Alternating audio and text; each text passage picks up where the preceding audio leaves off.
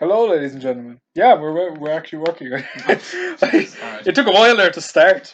Yeah, this is a weird intro. Welcome to the post Royal Rumble Yeah, so slash road to WrestleMania. So we've pulled out of Royal Rumble Junction. We're going around the roundabout, and now we're heading off. Is it a roundabout? Is there a roundabout on the road to WrestleMania? Yeah, it goes through Saudi Arabia. There's a roadblock. There's not this year. They took it down. Yeah. There's What's going to be next? Construction ahead. That's gonna be their next pay-per-view. Ramps. Yeah. Speed bump. Caution, children playing ahead. Zebra crossing. Traffic lights. Do all the car puns. Yeah. So yeah, we're officially on the road to WrestleMania. It's in sight. You know what? 70. It's like, Royal Rumble was 72 days. It was 72 days. Today's Thursday, so it's 68 days away. 68 days. You know what? Tell me. Leading up to the Royal Rumble, I was very pessimistic as to what WrestleMania would pan out like. Yeah. I was like, Roman's going to win the Royal Rumble. Charlotte's going to win the Royal Rumble. WrestleMania will be very predictable, yeah. Yeah. Matches might be serviceable, but nothing special. Yeah. And now after this weekend, I am fucking pumped. Yeah. I cannot wait for this WrestleMania. You know what? It's a strange one. You can complain and you can complain about WWE all you want, but when they get it right, they are the best wrestling company. There's a reason they've been around this long. Very few times do they get it right. Look, but when they do, it's fucking brilliant. And hat off to them. I spent a lot of time on this podcast complaining about WWE and their booking decisions. Yeah. This is the first time they've got near everything spot on in this Royal Rumble. It was the matches or the card, or both, or what? Both. Yeah, like the women's Royal Rumble I think it was the best of the three so far, in my opinion. And say what you want about the winner, but we get over it. Like, it's not the worst thing in the world. Yeah, no, yeah. If I would have preferred Shayna Baszler. If the rumors are true. Yeah, we'll get into that in a minute. Yeah, if the rumors are true, then I'll be very happy with it. So what we're going to do is we're going to break down the Royal Rumble. We're going to talk about it, and then we're going to take turns in giving our predictions / booking for this year's WrestleMania. Yeah. So start with the Royal Rumble. Yeah. As you said, what was the first match of the night? Fourth match between Roman Reigns. Oh yeah. You know what? I did.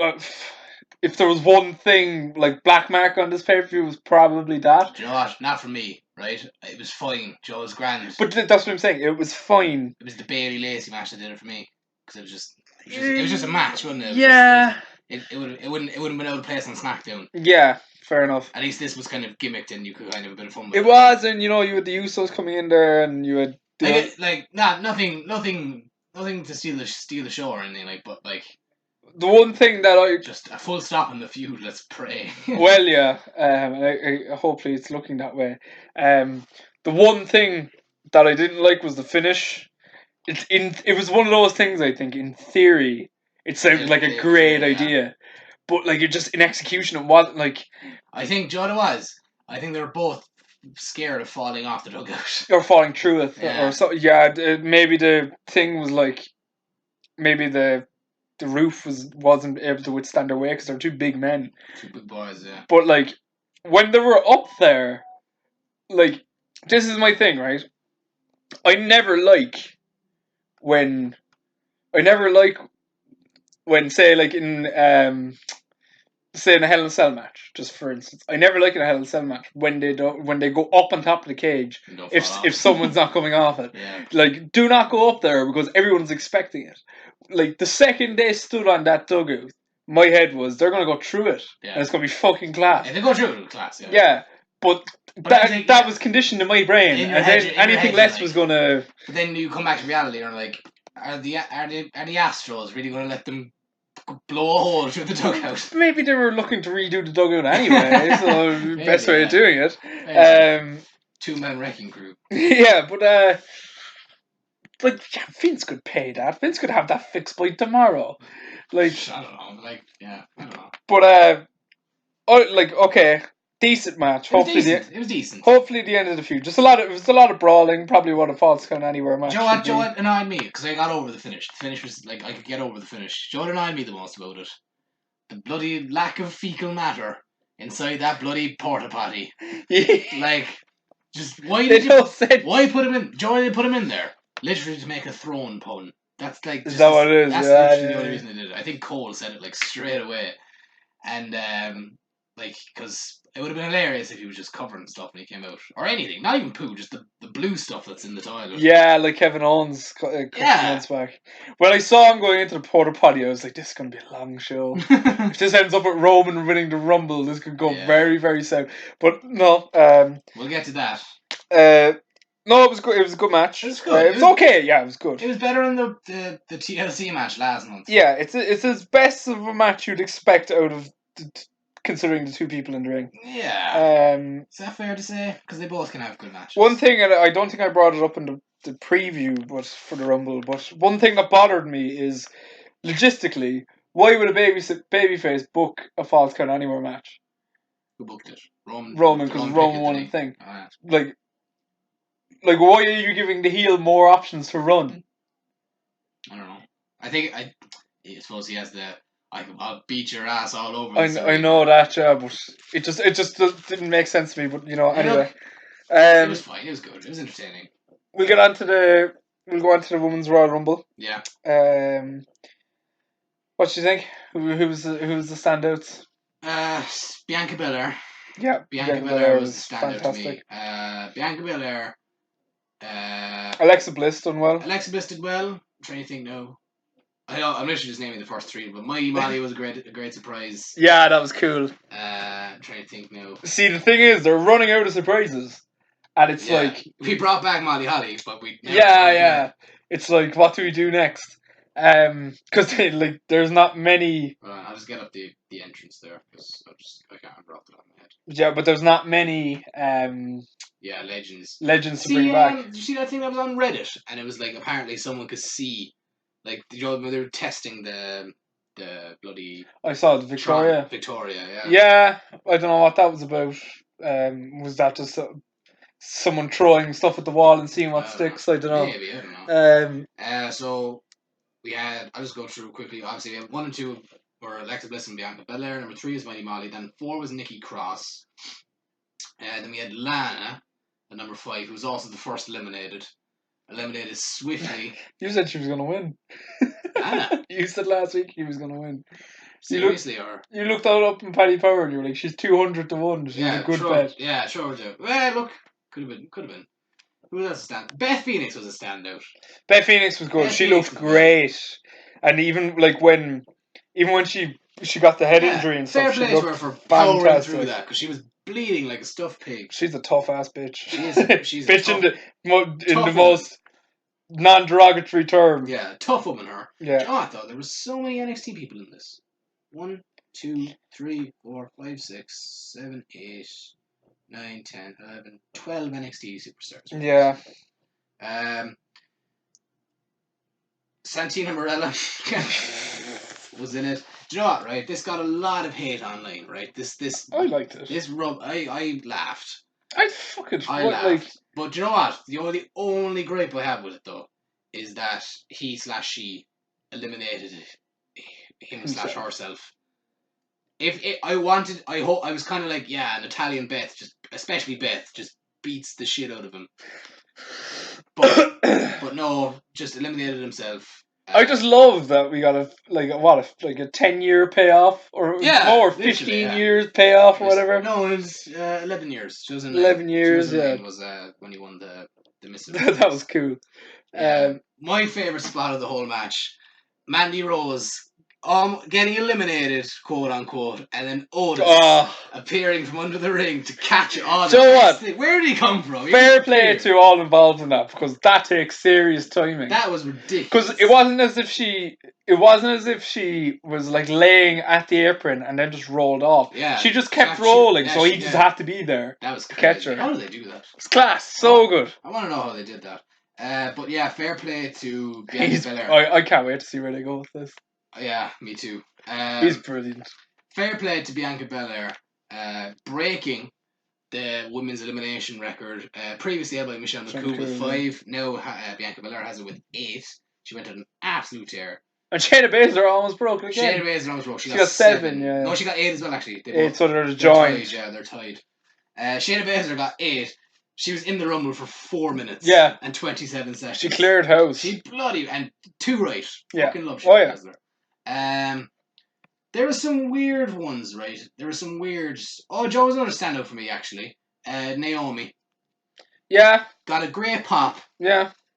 Came back, didn't miss a beat. Had it was an inventive enough elimination when inventive enough kind of spot where she jumped on the barricade and then used the kind of announce table bit as a bridge. So that was fair play to her. Great job for Naomi. One thing that annoyed me about it was there a few things. So both Dakota Kai and Tegan Knox were in this match, but they had him in at separate times. So like they're feuding at the moment, and they're in like a blood feud, and neither of them they weren't in the match at the same time. Dakota Kai was eliminated within 90 seconds by Chelsea Green, and then Chelsea Green was swiftly dumped out by Alexa Bliss. So that was a weird one for me. Trying to see now. Other than that, like I don't really have much other complaints. No, I was surprised Casey Catanzaro wasn't in it. Yeah, but I still think they're trying to figure out, where she stands now, because she hasn't appeared on NXT since. Yeah, the thing is, right? They're getting riskier and riskier with these so-called Kofi spots. Like Naomi barely made when she was hanging on. Yeah.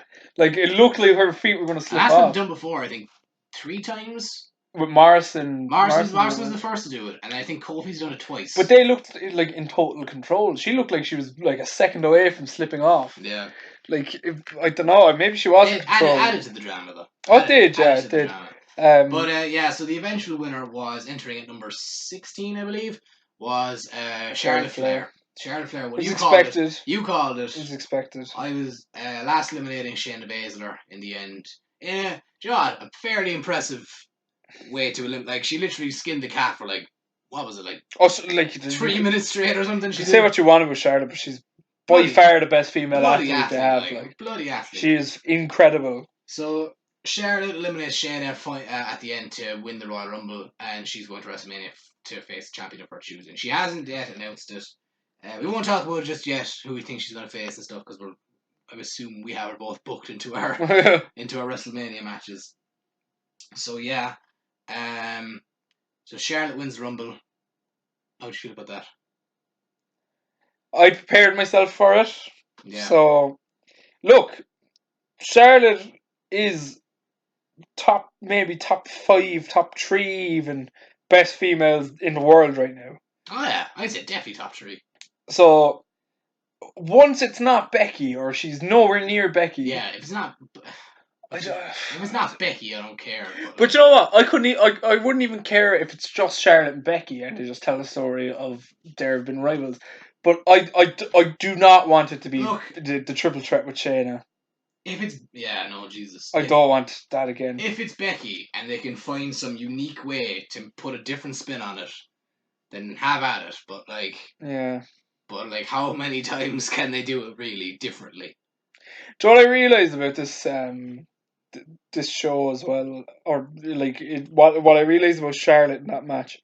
I think I was listening to Steve Austin's review on the Rumble, and he said it as well, that she is very like Rick in the sense that even when they're trying to be a baby face, they're a heel. They just automatically go into heel tendencies. Yeah. The begging off and all this, I think she's a heel. I don't know. I think she's a heel. She cut a promo on Raw. There was no way you could say it was a baby face. That was after the fact, though. Was it? Yeah, it was after on Monday. Yeah, after Rumble, yeah. But yeah, so Charlotte wins. It could be worse. It could be. How could it be worse? Lana could have won it. Yeah. That would have sucked. Yeah. So yeah. We got the payoff. We didn't even really get the payoff of Lana and Mandy Rose. Like that's still ongoing. Liv Morgan. I fucking keep getting them both mixed up. Liv Morgan. I don't know. Yeah, I don't. Well, they had a match on Raw and Liv won, and it was clean. So I think this is going to. This is going to Mania. This is probably. God, I hope not. And Billy. Yeah. I can book it better. I have my idea. Jack, I've refused to book it. Oh, you'll enjoy what I have planned for the tomb. So that's the Women's Royal Rumble. My favourite of the three so far, in my opinion. Yeah. I like the first one. I like the first one too. With Asuka winning. Yeah. I love Joe I love the most about it. When it's her and Nikki Bella. And like they're both on the apron, and Asuka takes the riskiest thing I've ever seen in my life by drop kicking her on the apron, and that I love that because it was like Jesus Christ. But and plus that was the one where like all the returns happened because like they only had like 12 women, 10 women on the roster, so that was good. But Kelly came back as well. Yeah. Which was weird. Apparently she wasn't even meant to be back. She was just there visiting, but she replaced Sasha Banks, who was injured. I don't know what. Or recording a rap album, because apparently that's what she's doing as well. I'm going to listen to that. Yeah, that would be good. But so yeah. Next after the Women's Rumble anyway, we had the SmackDown Women's Championship, which was Bayley defending her title against Lacey Evans. And like I said a while ago, like this was probably the worst match of the card for me. Like I hate saying the worst match because it wasn't a bad match. It was passable match. It wasn't like this is awful. It wouldn't have been out of place on SmackDown. Yeah, it was a match. It was a match. The highlight of it for me was when Lacey Evans' daughter picked her nose and they had the camera on her. Literally the only time they went to her on the camera. But you know what? This match, like. Not every match is going to be a 6-star, 5-star classic. I know, yeah, it's fine. Like it slowed the pace down. You need a let me up match after. Yeah, you do the Rumble. So it served its purpose. It was still a passable match. It was passable. I feel for Lacey Evans because like since she's been in the WWE more or less, she's been thrust into like the main event scene. And she's getting better. She is getting better. There, like I think she's better heel than she's a babyface. I disagree. I think she's better babyface. Do you think? Yeah, she's better. I think she feels very forced. I think she's just a natural babyface. Like she was a Marine, and she's like, is she a single mom? I don't know, but she's like. So was Randy Orton was a Marine. Yeah, but he was dishonorably discharged. Yeah, true. Like I don't know, Lacey Evans and like the working woman, the powerful woman thing. I don't know. It just feels. It feels very big. Like. Yeah, maybe I don't know. I just thought she could have better promo as a heel. I thought it sucked. I hated her promos as a heel. They were very. I'm going to talk slowly because I'm a bad guy. Yeah.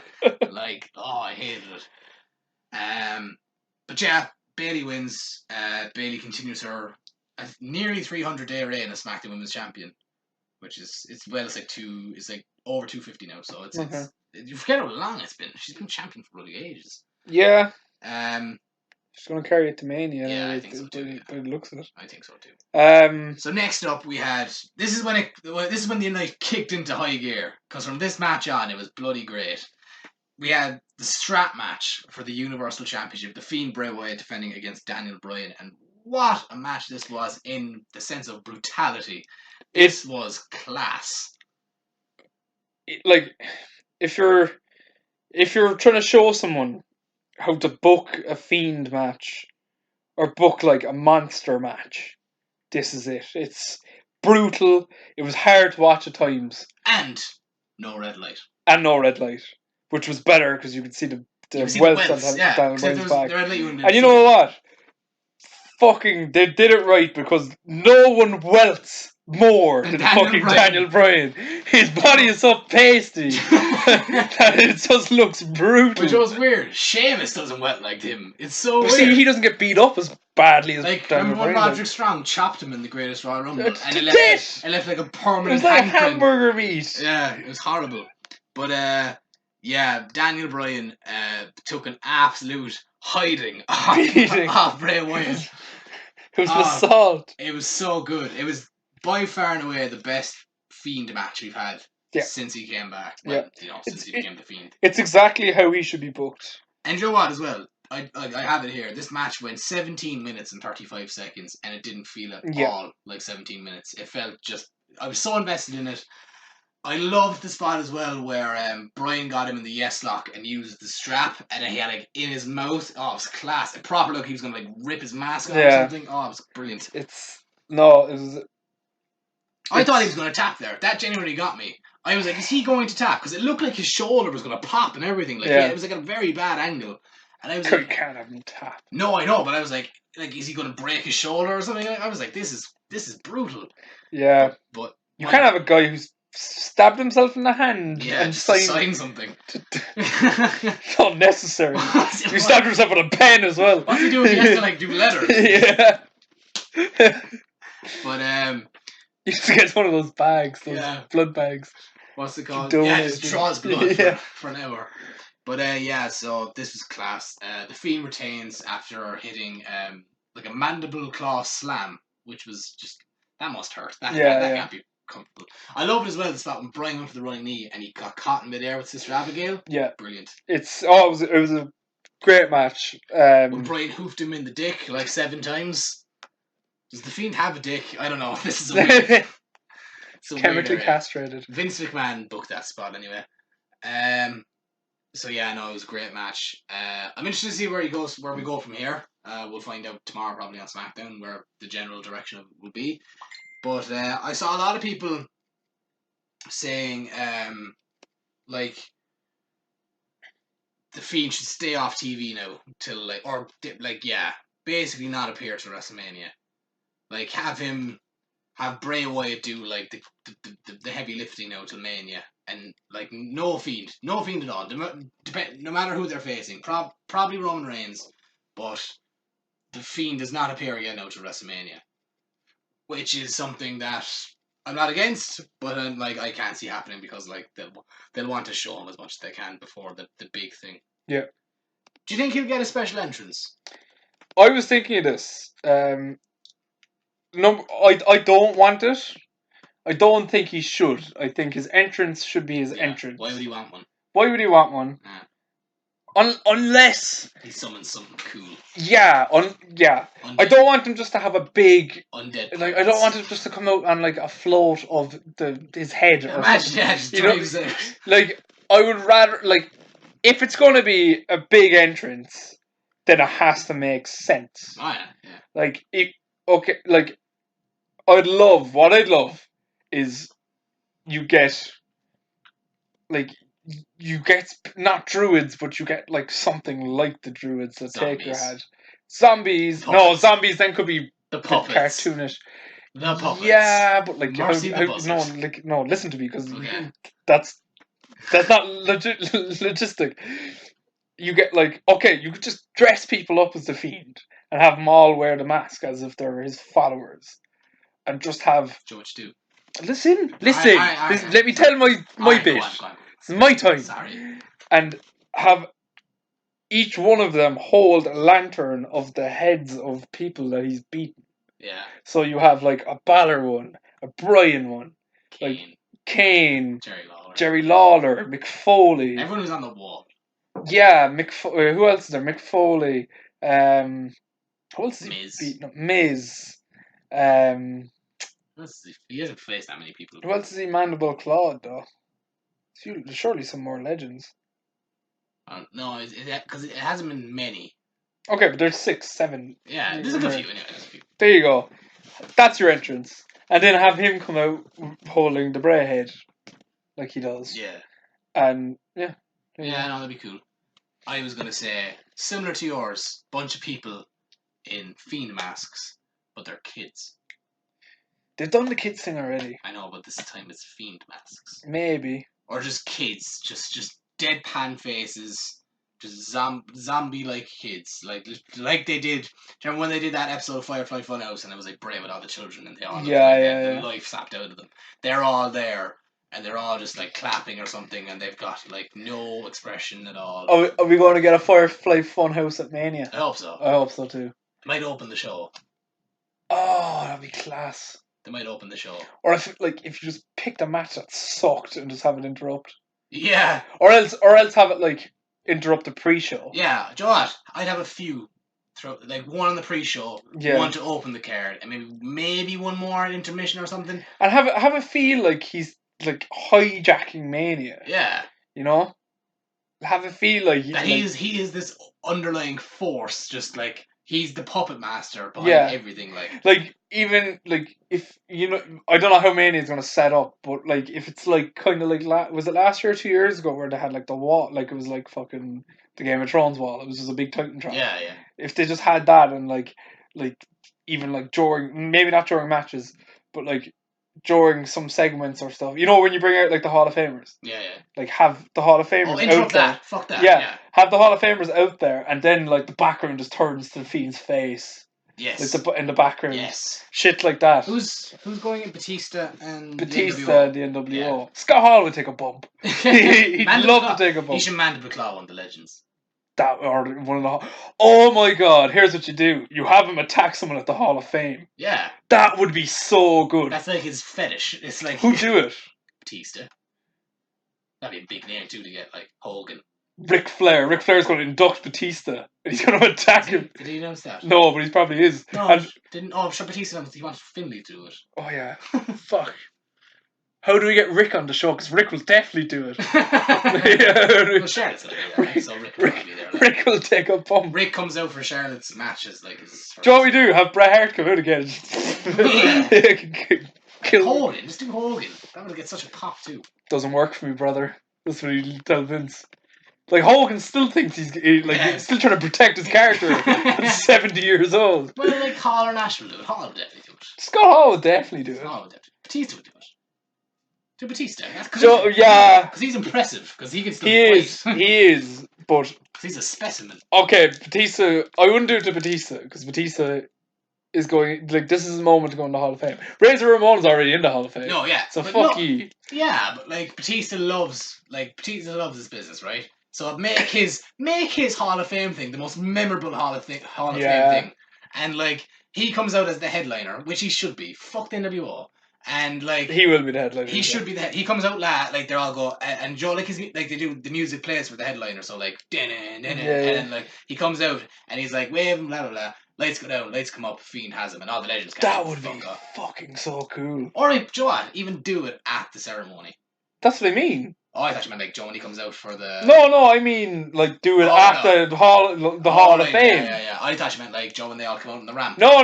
Well, that's where it started, but I estimated my mind. No, have him do it at the Hall of Fame. I had it in my head at the thing. I think I wouldn't do it at the Hall of Fame. Let him have his speech. I would say that. That would be so. Yeah, but that's why I'm saying do it to Scott Hall because he's already had a speech. Yeah. He has. Let's do both. Let's do both. Come on. No, but like.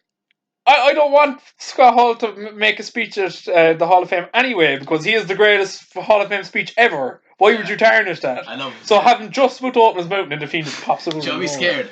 Or I'm not scared. Joe be stupid. He's hiding under the podium and just flips it up. He was just there the whole time. Yeah. But what's it called? Like there's surely going to be some jobber that you like going into the Hall of Fame this year that you could. Well, they've only announced 2 so far. That's the thing. We're speculating now because Brooklyn Brawler.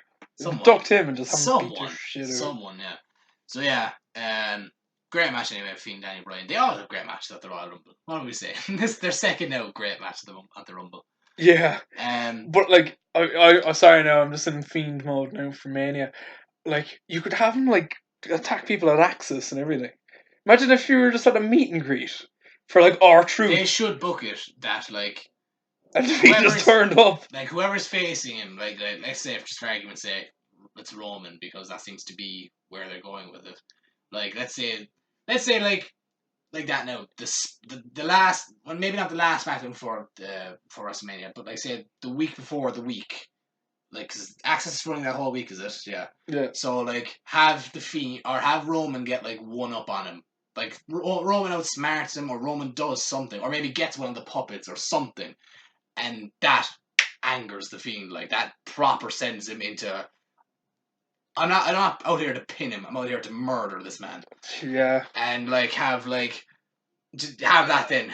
She shows up at Access and kills Mojo Rawley or something, or like. Or the Usos because they're cousins. Do that. Yeah. Bray Wyatt's like in the front. Do you know what he should do? What? He should attack the Usos, right? And then, like, Roman will still keep coming after him. So then he'll go on set of Fast and Furious 9 and attack The Rock. And then that'll get Roman. In the movie. We're not watching the movie. Yeah. And then, and next thing comes up. It makes sense 2 years later when the movie comes out. Yeah, exactly. But, do you know what I do, right? They kept mentioning that he attacked The Rock. No, you can see it. Do you know what I do? Right? Imagine if we just popped out of a car and Fast and Furious 9. What I do, right? So on the pre-show, it cuts to like Roman Reigns, and he's wandering around backstage, and he's running into the usuals, Jamie Noble and bloody Finlay and stuff, and he's like, "Have you seen Jimmy and Jay? Have you seen the Usos? I can't find them anywhere." And they're all like, "Nah, man, sorry, can't find them." And they're all like, "All right, cool, whatever." So that cuts. That's all you see. It's just Roman looking for the Usos, and he can't find them. And then you cut to like the middle of the show, or the next. We do the Firefly Funhouse segment during the show, and it's Bray. It's Funhouse Bray, and he's like, "Hi Roman, can't wait to see you later." I mean, he can't wait to see you later, but don't worry about me, because I've made 2 new friends, and we're having so much fun. And it cuts down, and the Usos have duct tape over their mouth. That'd be cool. Smiley faces drawn on the duct tape, and they're tied to chairs, and it's Bray, and all the puppets are dancing around them, and I would love that. Haven't attacked Rock's mom. She's always at Mania. She's Nia always Jax. at Mania. The head of Nia Jax. Yeah. But yeah. So anyways, Fiend's going to Mania. Coming off on a tangent.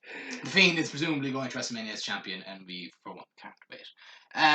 Next up, the co-main event of the matches, or of the event, we could say, was the Raw Women's Championship match. Becky Lynch defending her title against Asuka, a year in the making. One last debt to collect. All of the above. What do you think of the match? It was a very, very good match. My pause there, I don't know why I did. What I was gonna say was, like, Becky Lynch, right? Yeah. Like, I know you have your opinions on her, but she's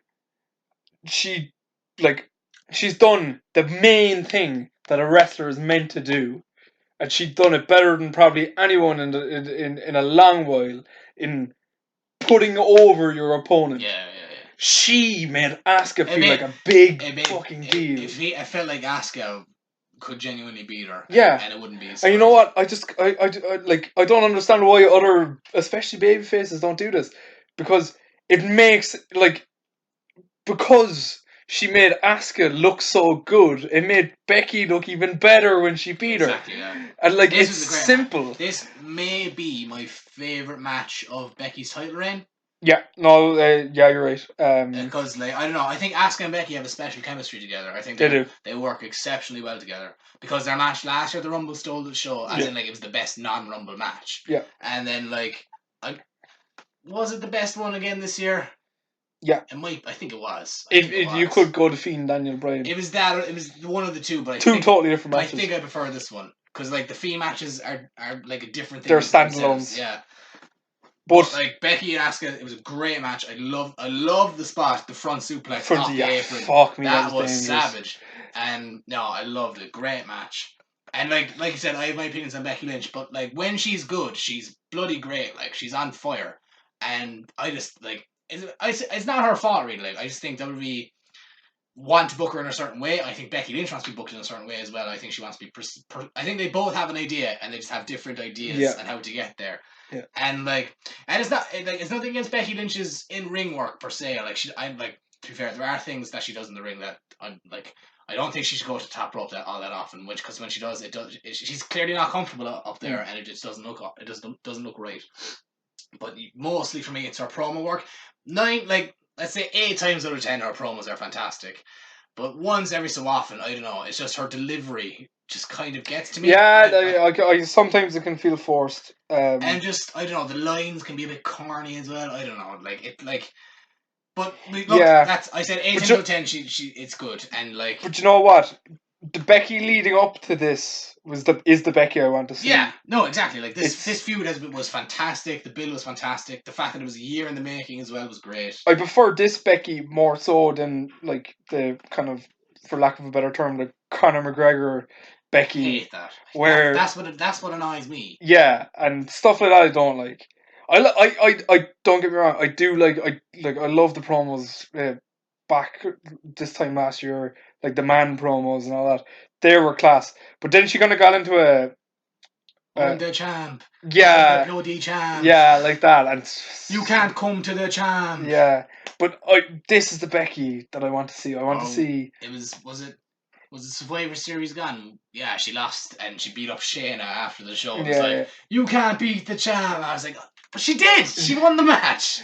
But anyway, it is like this feud for me has rejuvenated Becky's title run. Yeah, I'm excited to see where she goes from here. Yeah, and it's even in defeat, it makes Asuka still feel like a big deal. Yeah. So they've both done a fantastic job in the build up to this. It's probably in terms of build and storyline, this has had the most story going into it. It did, yeah. And you know what I loved as well, actually, is the final spot where like there was a small bit of a ref bump, and then Asuka goes for the mist, but Becky knows it's coming and kicks Asuka. Asuka sprays the blows up in the air and it falls in her face, whatever. But like how many times has Asuka missed Becky? Yeah. So if she just missed her again, it would just makes sense. Yeah, it makes sense that she had it scouted. So it makes sense that she sees ref bump, but no, the mist is coming. Yeah. So it was great. For example, just pick someone who's always booked horribly. Like if that was fucking Bailey. Bailey, yeah. If that was fucking Bailey, she'd be going in face first. She'd be missed it. She'd be like, what? She'd be trying to headbutt her. She'd be like, oh no! I guess I better continue the match then. Ah! See what Austin. Or Sasha. See what Austin said about it. Austin, no. He said it was a great match, but he said, and it's like this. I love listening to Steve Austin because he takes. He's so honest. Yeah, no, but he takes good angles, and he just says like one thing, and you're like, that would be so good. Like he makes good things into great things. His thing was just, he was like, you can do the entire match, but have it start out that when the ref takes the belt, Asuka missed her and turns around, Asuka missed her, but Becky kind of scouts, and she gets half her face, so Becky is fighting with one eye. For the entire match from me, and you're like, that'd be class. That'd be good, yeah. It'd be different as well. Yeah. It'd be very unique, like. And he said, like, it was a good listen. It was interesting. I saw bits of it. I saw his take on the men's Royal Rumble, alright. I saw that. Yeah. But which coincidentally is what's next. So let's get to it, Jack. The men's Royal Rumble match 2020, or as I like to call it, a tale of two rumbles, because that's exactly what it was. So we had. The first man in the match was previously announced. It was the WWE champion Brock Lesnar. So Lesnar comes down to the ring, and there was this big question. There was this big question mark over the night. Who is number 2? Is it Cain Velasquez? Is it Tyson Fury? Is it bloody this, that, and the other thing? Matt Riddle was another one. Yeah. Who is it going to be? Who's going to be this big superstar to collide with Brock Lesnar, right? And like. It was Elias, okay? So... Who said it? Who predicted it? Someone said it. It was Adam Blampied in his video with... I think so, yeah. Where I think it was where he said Elias is the only one that makes sense because he can play his stick, which makes a lot of sense. To be fair, Elias can only ever come in at number 1 or 2. There was another time a couple of years back. He was 1 last year. Was it last year or was it in... He was number 1 Was it in a battle royal where he took out the guitar mid-thing because everyone either was eliminated or everyone like went under the bottom rope and were out fighting on the outside, and he just picked up his guitar and started playing in the middle. I remember he was number 1 last year because Jeff Jarrett was number 2. Oh yeah, that was class. And so yeah, Elias is not... I love Elias comes down to sing his song Sacrificial Lamb. Yeah. And I love that Brock just sprinted out of the ring and Elias looked genuinely terrified. So yeah, Elias gets in there. Elias gets... I was going to go through the eliminations because like it's fairly formulaic. So Elias comes in. Elias gets thrown out. Eric Rowan comes in. Eric Rowan gets fucked out. Then we have Robert Roode, fucked out. John Morrison, who lasts a grand total of 9 seconds, got belly to belly nearly into the front row. That was class, but like whatever. Then we had number 6, which is where things I felt were going to pick up. We had 6 was Kofi Kingston. And here I was like, maybe.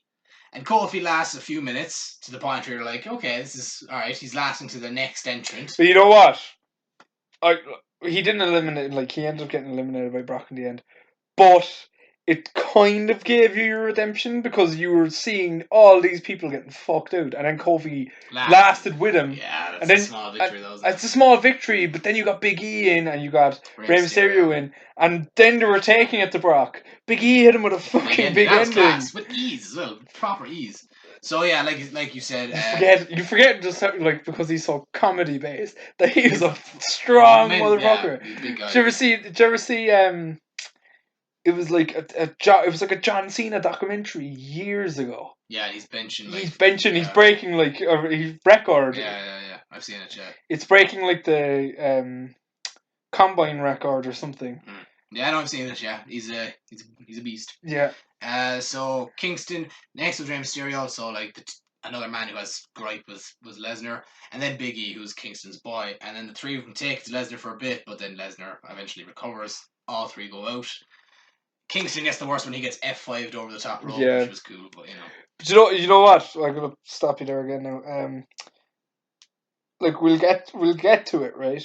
But anyone who says Brock Lesnar doesn't understand doesn't know this was wrestling. One of the best performances in a Rumble I've ever seen. It's incredible. I'm sorry, no, but like, it was class. Like even because I saw people complaining like, oh, what did he do? He squashed everyone. He put people over in the most subtle ways. Even when Keith Lee came out, he just goes, like, "Big boy." No, he goes, "Big motherfucker." Yeah, like even something as little as that.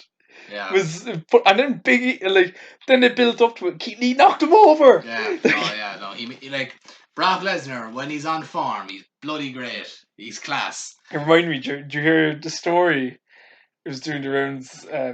Kenny McIntosh released it from a live show he did with Cody Rhodes. He released it a couple of days before the Rumble, but it was a story about the Rumble. The one in Madison Square Garden when Cena came back, and it's like Cody Rhodes' first Rumble or something. Yeah. And he's like really new, and Punk comes over to him. He's like, "Oh, you're in after me." So he says, "You have 2 minutes because you're out after me as well." So he said, "Like, what do you want to do?" And Cody's like, punch." And he was like, and Punk's like, "No, you have to. This is your moment. You have 2 minutes. Like, make it count and all this." And so they come up with like a little spot where he's like, "Come in, take it to me, almost up me over, whatever."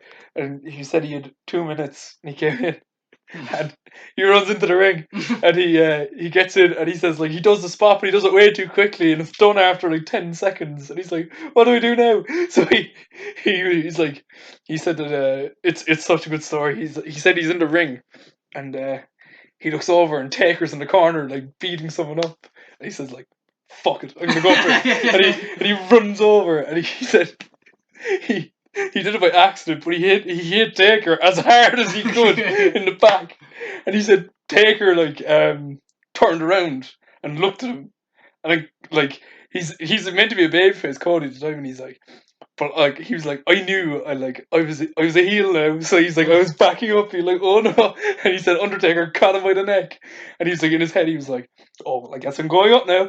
Like, he caught him by the neck up for the chokeslam, and then he said like Taker just goes, "Kick me in the knee," and he kicks him in the knee, and he was like, and then Taker's hair falls over, he lets go, and he's like, "Drop kick." And Cody drop kicks. And like, you have to see Cody's face when he goes, "And he took a bump." He's like, he takes a bump. And he goes, and he like said he froze down because he didn't know what to do, because he was like, "I should really go over and pick him up and try and get him out, but I'm not going to do that to Undertaker." So he said he just turned away and started beating someone. But that was my tidbit on Cody Rhodes. Fair enough. So then, Kingston, Mysterio, Big E all got thrown out. Then we have Cesaro, who gets a few uppercuts in, but then he's tossed out. Which I was hoping to do more. I was hoping to do. When I heard his music, I was like, yes, this is a match that I would love to see. And then, but look, whatever. Then we had number 10, which was great. We had Shelton Benjamin. And Shelton comes down, big hug with Paul Heyman, big hug with Brock Lesnar. Then they're like, yeah, we'll team up now, we'll take everyone out. And Brock just goes, Brock Lesnar throws out Shelty B. Then we have 11, and this one made me sad. Shinsuke Nakamura comes out. The Intercontinental Champion, Shinsuke Nakamura. Former Royal Rumble winner. 2 years ago won the Royal Rumble. 20 seconds he lasts and gets fucking tossed out. 2 former IWGP Heavyweight Champions. They wrestled in New Japan. Yeah, I know. I was like, oh god. Then number 12, which was the first kind of surprise of the night, MVP comes out, which was cool. And Brock dancing to his That was hilarious. That made it the best. Brock just dancing to his music, just the only way Brock can. Brock loves a bit of a boogie. Yeah. And 1, 2, you hear the clock ticking. 24 seconds MVP lasts anyway, and his return to WWE after like 10 years, I think. So he gets thrown out. Then we had number 13, and you alluded to before. 13 was another surprise. Mr. Keith Lee, Limitless. Got a good pop too. Got a good pop. Brock sold it. Brock sold it. Big boy. Big boy. Big motherfucker. And then Keith gets in there. They're sizing each other up. You get an idea of how big Keith Lee is. Yeah. And then shoulder tackle. Brock goes down and says it like, what the fuck was this? Which is like, Brock doing stuff like that is brilliant. Yeah. Sometimes Brock can turn up, and Dean Ambrose said that about their match at WrestleMania. Brock can turn up and he could not be in the mood today. But when he's in the mood, he's fucking fire, brilliant. He's brilliant. Brock Lesnar brilliant. Is class. Brock Lesnar is class. As much as we complain about him. I'm sorry, he's class. He is bloody great. First ballot Hall of Famer right there. But so Keith Lee, and then they do a double closing, both go down. And that gives enough time for number 14, Braun Strowman, and we're like, okay, there is a lot of mass in this ring now. Something's got to give. And then this was something that people complained about. It was like they both started taking it to Brock, and then Brock was down, and then they turned their attention on each other. It's like, just take Brock out. Yeah, like literally between the two of you, surely you can get him out. Yeah. And like you just saw, he eliminated like 12 guys. Yeah. So like, but anyway, they come to blows with each other, and this gives Brock the opportunity. He eliminates both of them. And this was the most surprising thing I found about this Rumble. Braun Strowman lasted under 2 minutes. Yeah. That's incredible, really, when you think about it. Like, is it has Strowman pissed Vince off somewhere? I don't know. Maybe, because he's really fallen down the card, like. Yeah. Did Brock break Strowman's record? Yes. For elimination. Yeah, Brock has, or he's tied it. He tied it. But this one counts because it's in a real Royal Rumble. And it's a 30-man. Yeah. I could eliminate fucking 13 people in a 50-man Royal Rumble. Yeah, that's the thing. It was 50 guys. Yeah. Yeah, I know. Brock has the record. Brock has the record. And then we had number 15, which was Ricochet. So we were like, okay, we have the dick thing to come back to from Monday. So we were like, all right, this maybe we'll get something here. But anyway, Ricochet is able to last just to the next guy, because the next guy is Drew McIntyre. Yeah. And this is when business picked up hugely. So Lesnar did the thing. He saw McIntyre come down and he was like, okay, here we go. This is going to be a fight. He takes off the glove. The two of them are staring each other down. It looks fucking class. Lesnar takes off the gloves. You know the fight. When he does that, you know he wants to fight someone. But then Ricochet's in, shot to the dick. McIntyre, Claymores, Brock bloody 360s over the top rope. Yeah, 360s over the top rope. Lesnar's gone. McIntyre went nuts. McIntyre does not break eye contact with Lesnar, which was my favourite. You know what I loved? What I loved about that, and Drew McIntyre is brilliant that way, that Brock hung around for a while. He hung around like 5 minutes, and Drew McIntyre would not take his eyes off him. That was my favourite part of it. Because it looked like, in my head, I was like, oh, Brock's going to come in, and Drew McIntyre didn't take his eyes off Brock, because, you know, again, if we seem to be picking on Bailey a lot, like, but if this is Bailey be turning around back. Okay. Fucking. I'm done. But No, but I mean, like, I said, like, he wouldn't if have... Bailey had eliminated someone big, So say Ronda, they she would turn around and... They'd be trying again. Ooh, the invisible man now. No, McIntyre was like, I'm not taking my eyes off you. Yeah. And what was even more class was then McIntyre quickly eliminated Ricochet then by javelin throwing him. Yeah. The only way Ricochet could probably get eliminated. Went nuts, but still, McIntyre. As he threw him, he was looking at Brock Lesnar, which was class. Loved it. So good. Then 17 came in. It was The Miz. He was swiftly eliminated by McIntyre again, never breaking eye contact with Lesnar. And by this point, Lesnar was leaving. Then we had 18 was AJ Styles. Then we had 19 was Dolph Ziggler. Then we had 20 was Carl Anderson. And then so Styles had so we had Styles, Ziggler, and Anderson, 3 heels teaming up to take out McIntyre. And then, Jack, we had number 21. And number 21 was something that we rarely get to witness in wrestling now. Something genuinely special that will go down in history as one of the greatest moments in wrestling history. Is it the greatest moment in Royal Rumble history? I think so. It is. I think in terms of especially for people like us that remember when he retired. Yeah. Remember like how sad it was, and like you feel like you've been through this journey when he went into the Hall of Fame, and you were still sad that he didn't get the end. Then like he'd come back every once in a while, and like it's incredible. It is one of those feel good moments. So number 21 that only wrestling could produce. Number 21 was Edge. Yeah.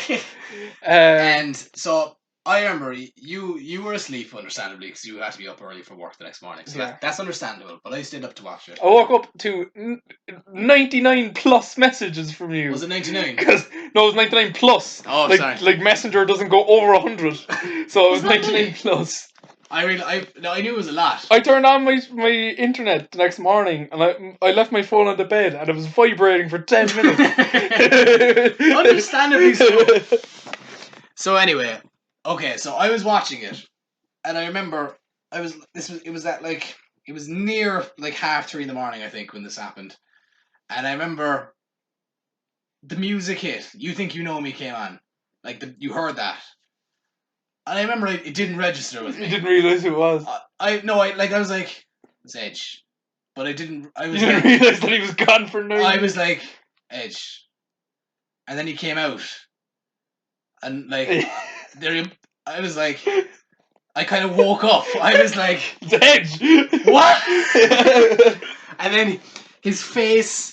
When he comes through the smoke and he realizes... it's amazing! And then... Only wrestling could produce something like this. Thank God I watched it the next morning, because I didn't watch the whole run, but I watched the return the next morning and genuinely cried. It is the first thing, I think, since Eddie Guerrero died. And when Eddie Guerrero died, I was 7. And I cried. I'm 22 this year. And I cried salty tears at Ed. I was right there with him. I was with him in that moment. There too. I was with him in that moment. When he came through the smoke, I felt like I was coming through the smoke. It was amazing. It was... And Edge comes down. He looks incredible, and he's in the best shape he's ever been in. Edge is back. And they missed the fucking spear after 9 years. And it was Ziggler who sells a spear like no one else. And it was so good. I saw them. They released it. They did an AJ on it where they released the unforeseen footage. I understand that the Royal Rumble's hard to. But look, we can point fingers at one Kevin Dunn because he wasn't there. Okay. Kevin Dunn isn't at fault for this because he wasn't actually there. So whoever did it, shame on you, sir. It's out of a job now. Yeah, never work in television again. But so Edge came down, spears all around. There was one spear.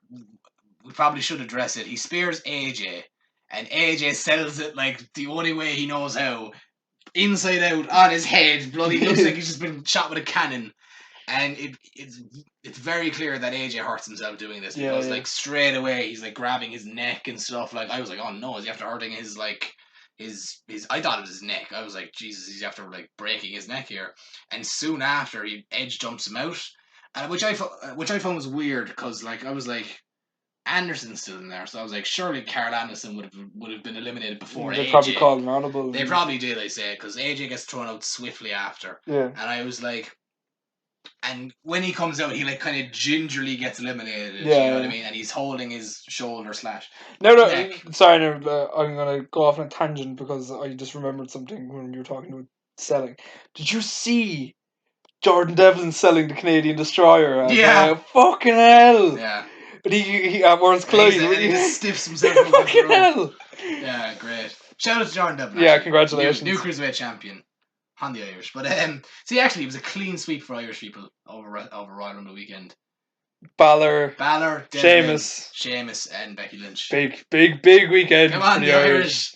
Come on, quite big. But so yeah, Edge is out number 21 anyway. 22 was King Corbin. 23, this is where it gets notable again. 23 was Matt Riddle, right? Which I found odd because I was like, surely they would have had him and Brock as like just have him in there with Brock at one point, like. And what's even weirder is he gets eliminated by King Corbin 41 seconds later. Mm. Apparently, this has come out since that him and Lesnar got into a backstage altercation at the event. And supposedly this is how it went down. I think it was a Brock. I can't remember if it was Brock or Riddle. I have a feeling Riddle went up to Lesnar and like Lesnar wasn't looking at him. Riddle grabbed his shoulder and Brock ignored him. And like he kept shaking him, and eventually Lesnar. Wake up, Brock! I think it might be the other way around, but I think Lesnar turned around and was like, "Look, you're never getting this match. I'm never working with you. I don't want to work with you." It's like this. It's not happening. And Riddle probably went, "Bro," and and whatever. And supposedly this was like a bit of Vince being like. It's like you might be Paul's favorite, but you're not my favorite. But I don't think it's that much of a big deal because he won the Dusty Rhodes Tag Team Classic last night, and so yeah, you know what? It's different now that NXT is its own thing. It'd be different now if it was still in the format where he'd have to come up onto the main roster. Yeah. He could stay down in NXT for the rest of his life until Vince croaks. Yeah. No. And then so in 20 years time. Yeah. Number 24 is Luke Gallows. Number 25 is Randy Orton, and this where it gets cool as well because Orton and Edge have a little reunite, Rated RKO reunion, which was great. Crowd pop for it too, which cool. Progressed. We'll talk. Yeah, we'll talk about that in due course. 26 was Roman Reigns, and this is when I got scared because Michael Cole said this line. He said, 26, the latest entrant to never produce a winner. Oh, God. And I was like, oh, no. I was like, oh, no. That's an amazing statistic that you've never had a number 26 winner. No. Considering you've had so many 27s win it. 27, 28, 29, 30 have all won it at some point. 26 never has. What number was McIntyre this year? 17? 16. Charlotte was 17, he was 16. So yeah. Middle of the card. Yeah. Last year, I know Seth won it from 10 and Becky won it from 29. So yeah. And the year before, it was Nakamura was 13. Was Becky not 30? No, she was 29. Who was 30? I thought Lana. No, it was 20. It was definitely 29. Was it Charlotte who was 30? Nia Jax? No, Nia Jax was 30 in the men's rumble. I think she was 30 in the women's as well. Bear with me.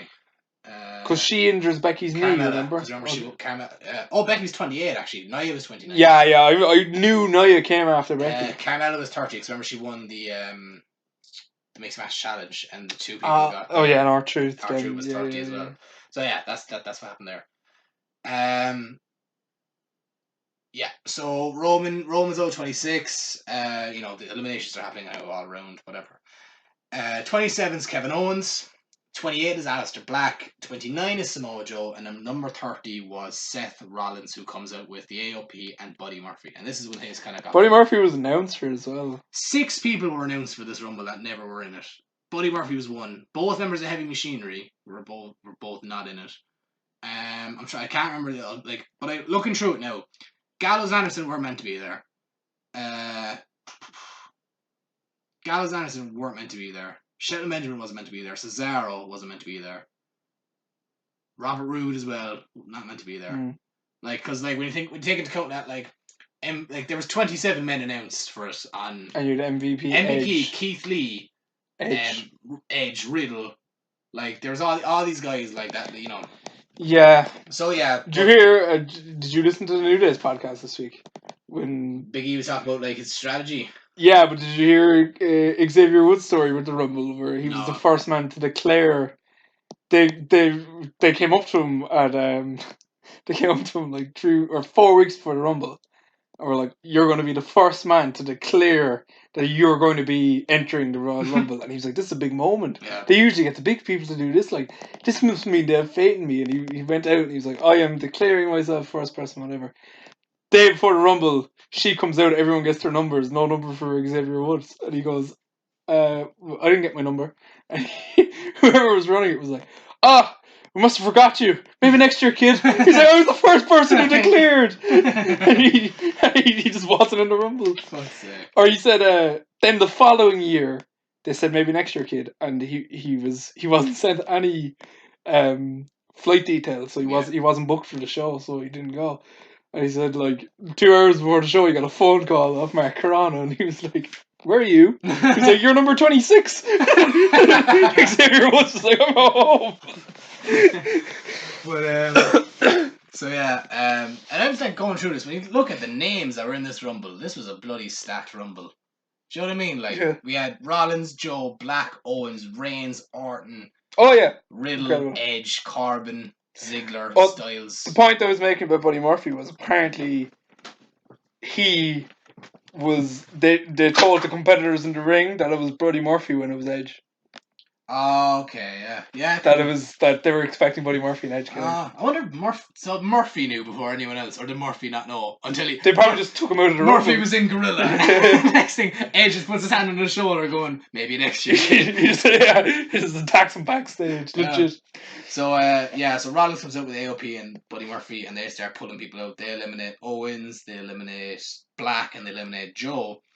And at this point, we're down to the final 5, which is Rollins, McIntyre, Reigns, Edge, and Orton. And basically, so AOP and Murphy have eliminated Owens, Black, and Joe, so they're all brawling, and they brawl up the ramp. Rollins is left in the ring, and he realizes he has no friends left, so he's surrounded by 4 guys, and he's like, "Oh no!" Whoever looked at Seth Rollins was like, "He'll make a baby face." He looks Seth Rollins. He's such a heel. He's such a likable man. He is such a good heel. Yeah, and then Rollins sees Reigns, and he's like, "How about it, brother?" Yeah, I enjoyed that. That was very good. He's like, remember all those times? Yeah, hooah. And then Dean, where's Dean? I was like, "Have you been talking to him lately? He's up to some crazy stuff." But I heard he got laser eye surgery. Yeah. But anyway, they all attack him. Rollins is swiftly eliminated, and then we're down to the final 4: Orton, Edge, Reigns, McIntyre. What he should have done. They should have done a spot where Seth Rollins like hit someone with a knee and they fell down, and he picked him up and was like, "Rollins!" It's like, "Ooh, do the thing." But what's it called? Edge and Orton go on a bit of a RKO spear party, and then Orton looks like he's going to RKO Edge, but Edge is savvy to his tricks. He turns around and he's like, "Hey, come on now," and Orton's like, "All right." It's very good because it's like 2 old gunslingers. You just know. Orton's like, "All right, come on, like, I mean, all right, like, what do you expect me to do, really?" Yeah. Like, and Edge's like, "All right, fair enough." And then Edge throws Orton out. Edge eliminates Orton, and then we get Roman, Edge, McIntyre. Then we get a spot where Edge hits Roman with a spear, which I loved. I was like, yes. Yeah. And then there's a spot where Reigns and Edge are both on the apron. I thought this was going to be the finish because I thought McIntyre was going to come in double Claymore. But no, Roman eliminates Edge, and it's like the Michaels elimination from 2010 where he's like carries the ropes, which was cool.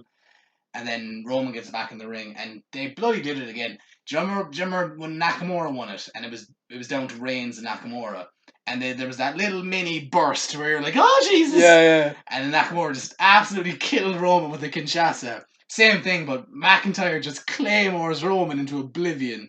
And then I'm starting to love this Rumble tradition where they put Roman in with the biggest like indie darling that everyone loves. And then McIntyre throws Roman out, and Drew McIntyre is the 2020 Royal Rumble winner. Craziness. Did you see the reaction of some bar in Scotland? Yeah, loved it. It was like fucking they scored the World Cup final. Yeah.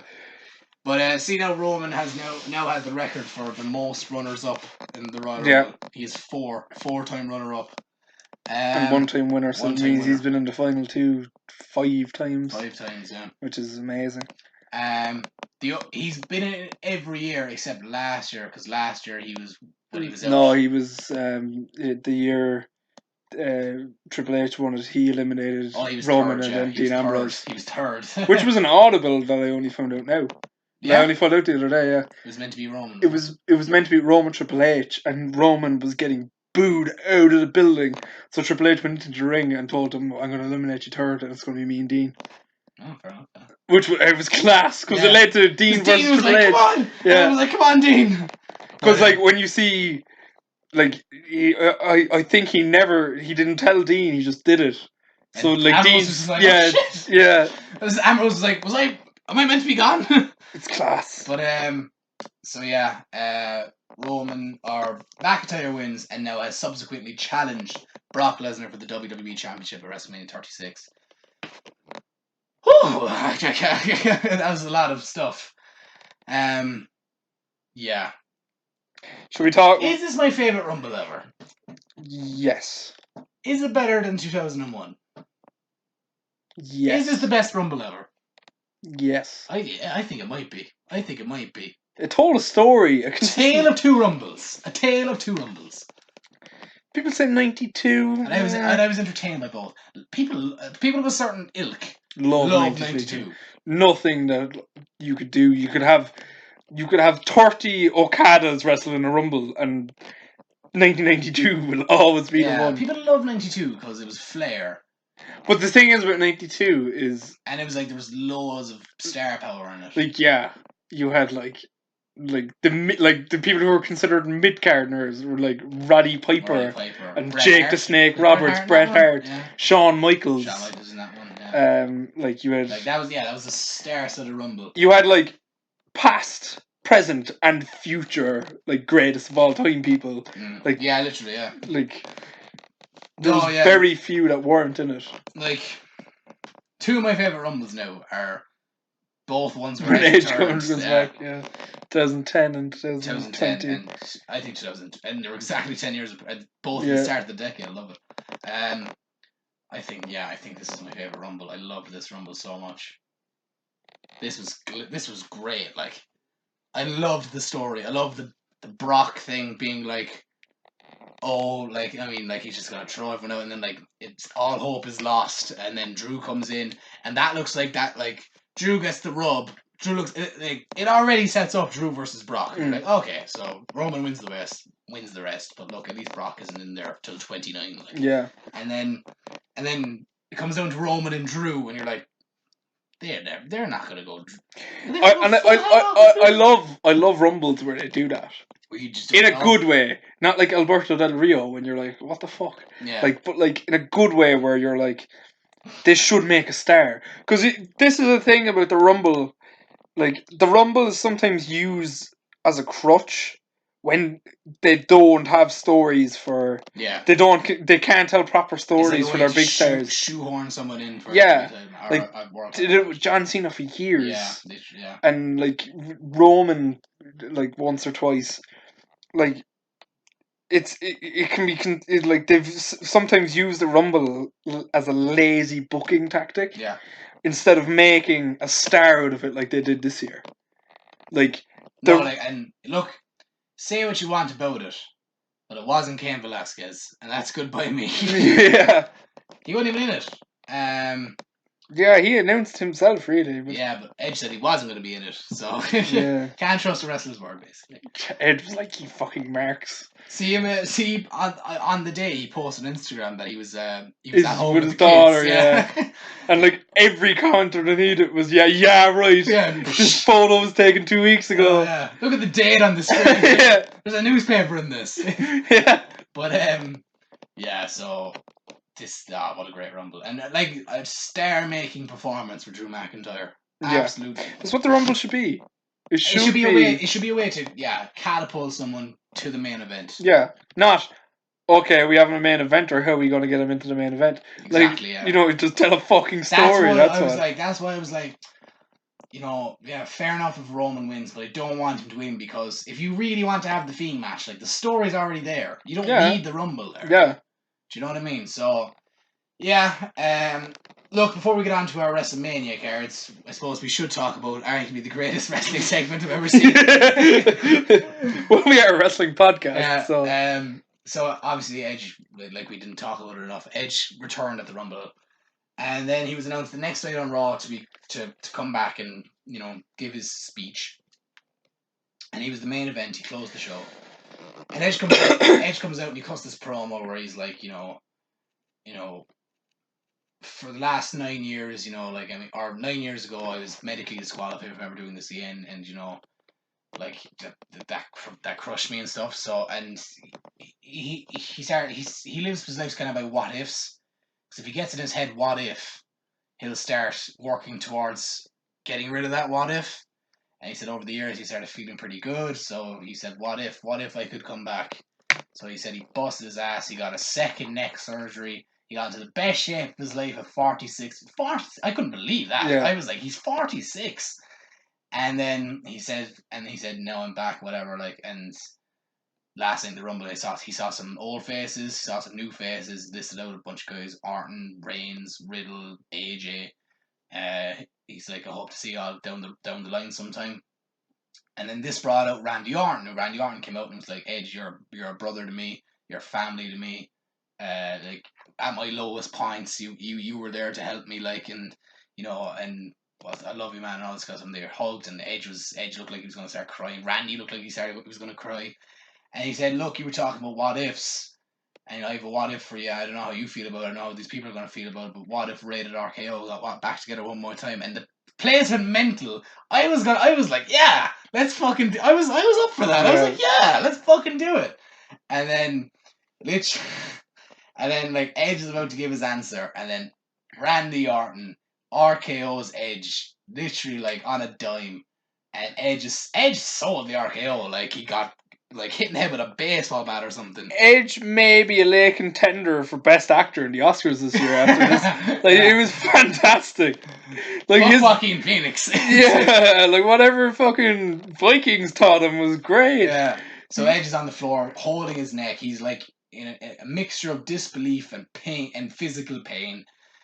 And then Orton runs out, and Orton gets a chair, throws the chair in the ring. I love this. Edge reaches for the chair. Yeah. And just that last gasp, but fighting back. And Orton just picks it up, and Orton's kind of like, this is the threat. Orton's like, do I want to do this? Why am I you're in your head? You're like, why is he doing this? And then you get the impression that he doesn't know why he's doing this. It finally, after fucking 15 years. They finally told the story of that he hears voices in his head. Yeah. Like that. It was it was like he was fighting something internally. Yeah. Like he was fighting a voice in his head that was telling him to do it. It was, oh my god, it was one of the best wrestling segments. So then Orton smashes Edge in the back with the chair. Edge he's not screaming, but he's moaning. It's the only way I can. He's wailing. It's the only way I can describe it. And he's twitching and kind of he's stiff. And then Orton gets a second chair, and I love this bit. He gets a second chair, and he puts the second chair on Edge's head and goes to the second rope, and he's sitting there, and it looks like he's going to jump off. Yeah, and everyone is like, no, please. And then he gets down, and you're like, okay, a bit of humanity, but then he just puts the chair under Edge's hair. He's like, I have something better now, and he concertos him Edge's thing, and it's an unprotected chair shot, quote unquote. Yeah. I saw so many people giving out about this, being like, this man just had double neck surgery, or hitting him with he fucking clearly didn't hit him. He hit him with an angle. He hit him with the chair. If you're going to trust anyone to do it, it's Randy Orton. He's been around for fucking 20 years. The man is a veteran. Fair enough if you put Sasha Banks out there wheeling it like a madman. Oh, I just remembered. The guy who put the men's Royal Rumble together. I was talking to this off camera. Yeah. I don't know why this came to me just now. So I was saying to you, it came out that the men's Royal Rumble was produced by Abyss, Jamie Noble, Paul Heyman, and guess who the last guy was? Shane McMahon. Interesting. Weirdly enough, Shane Here comes McMahon. the money. Yes. Here we go. Sprite eating Money buttons dogs. Best wrestler in the world. Money. He comes out. Edge is 21. Shane McMahon is 22. Out goes Edge. Imagine 9 years, like 3 neck surgeries. 9 years later, all rehabilitation, and just get fucked out by the boss's son, and he just starts doing his dance. Then Shane eliminates himself. Yeah.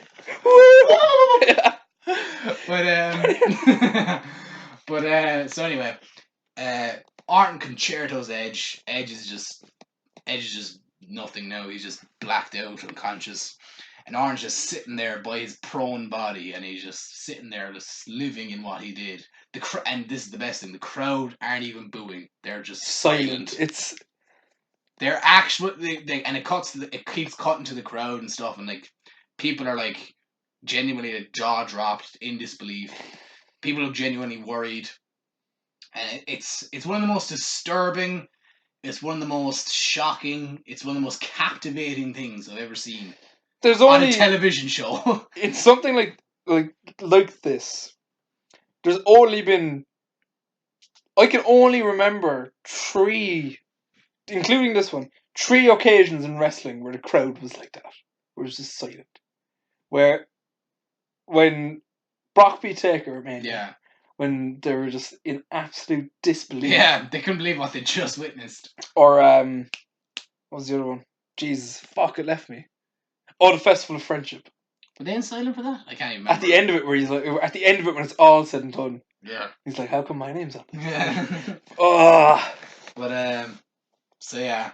I said to you as well, Randy Orton can never, ever, ever, ever, ever be a face again. For as long, I don't know how much longer his career is gonna go. I don't know though. He punted Stephanie McMahon once. Yeah, but no one likes Steph. Yeah, true.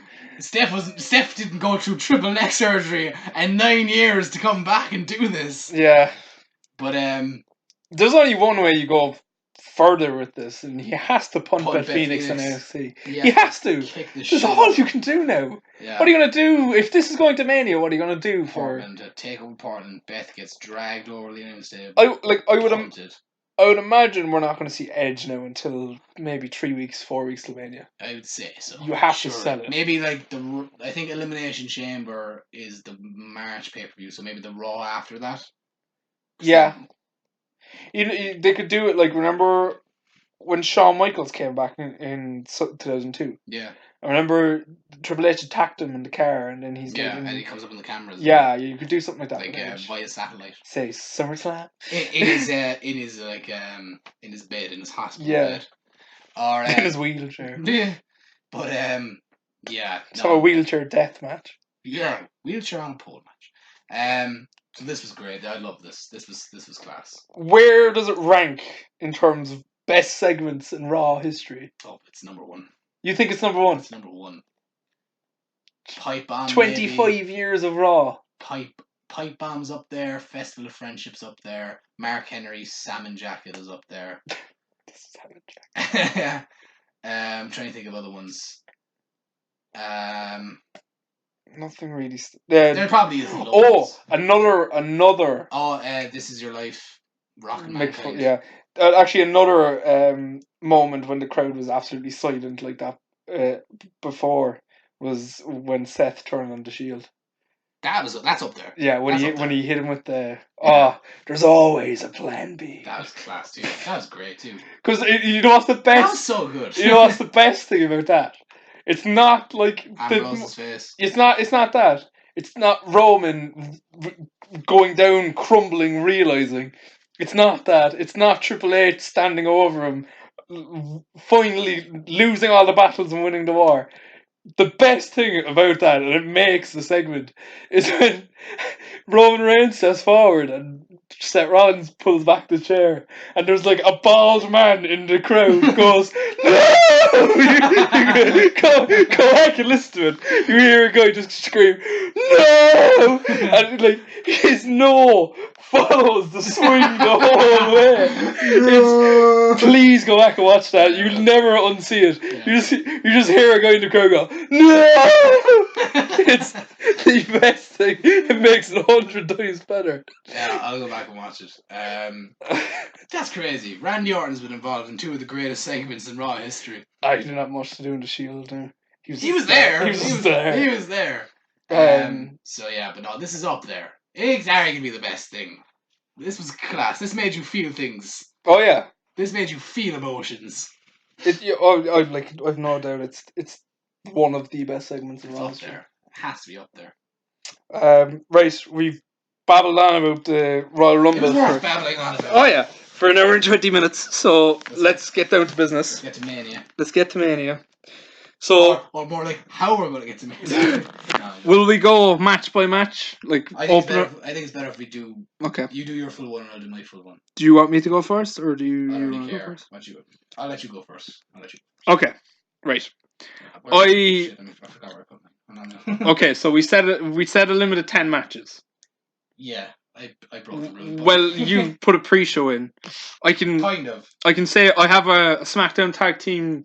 I had a SmackDown tag team championship match that I had to take out.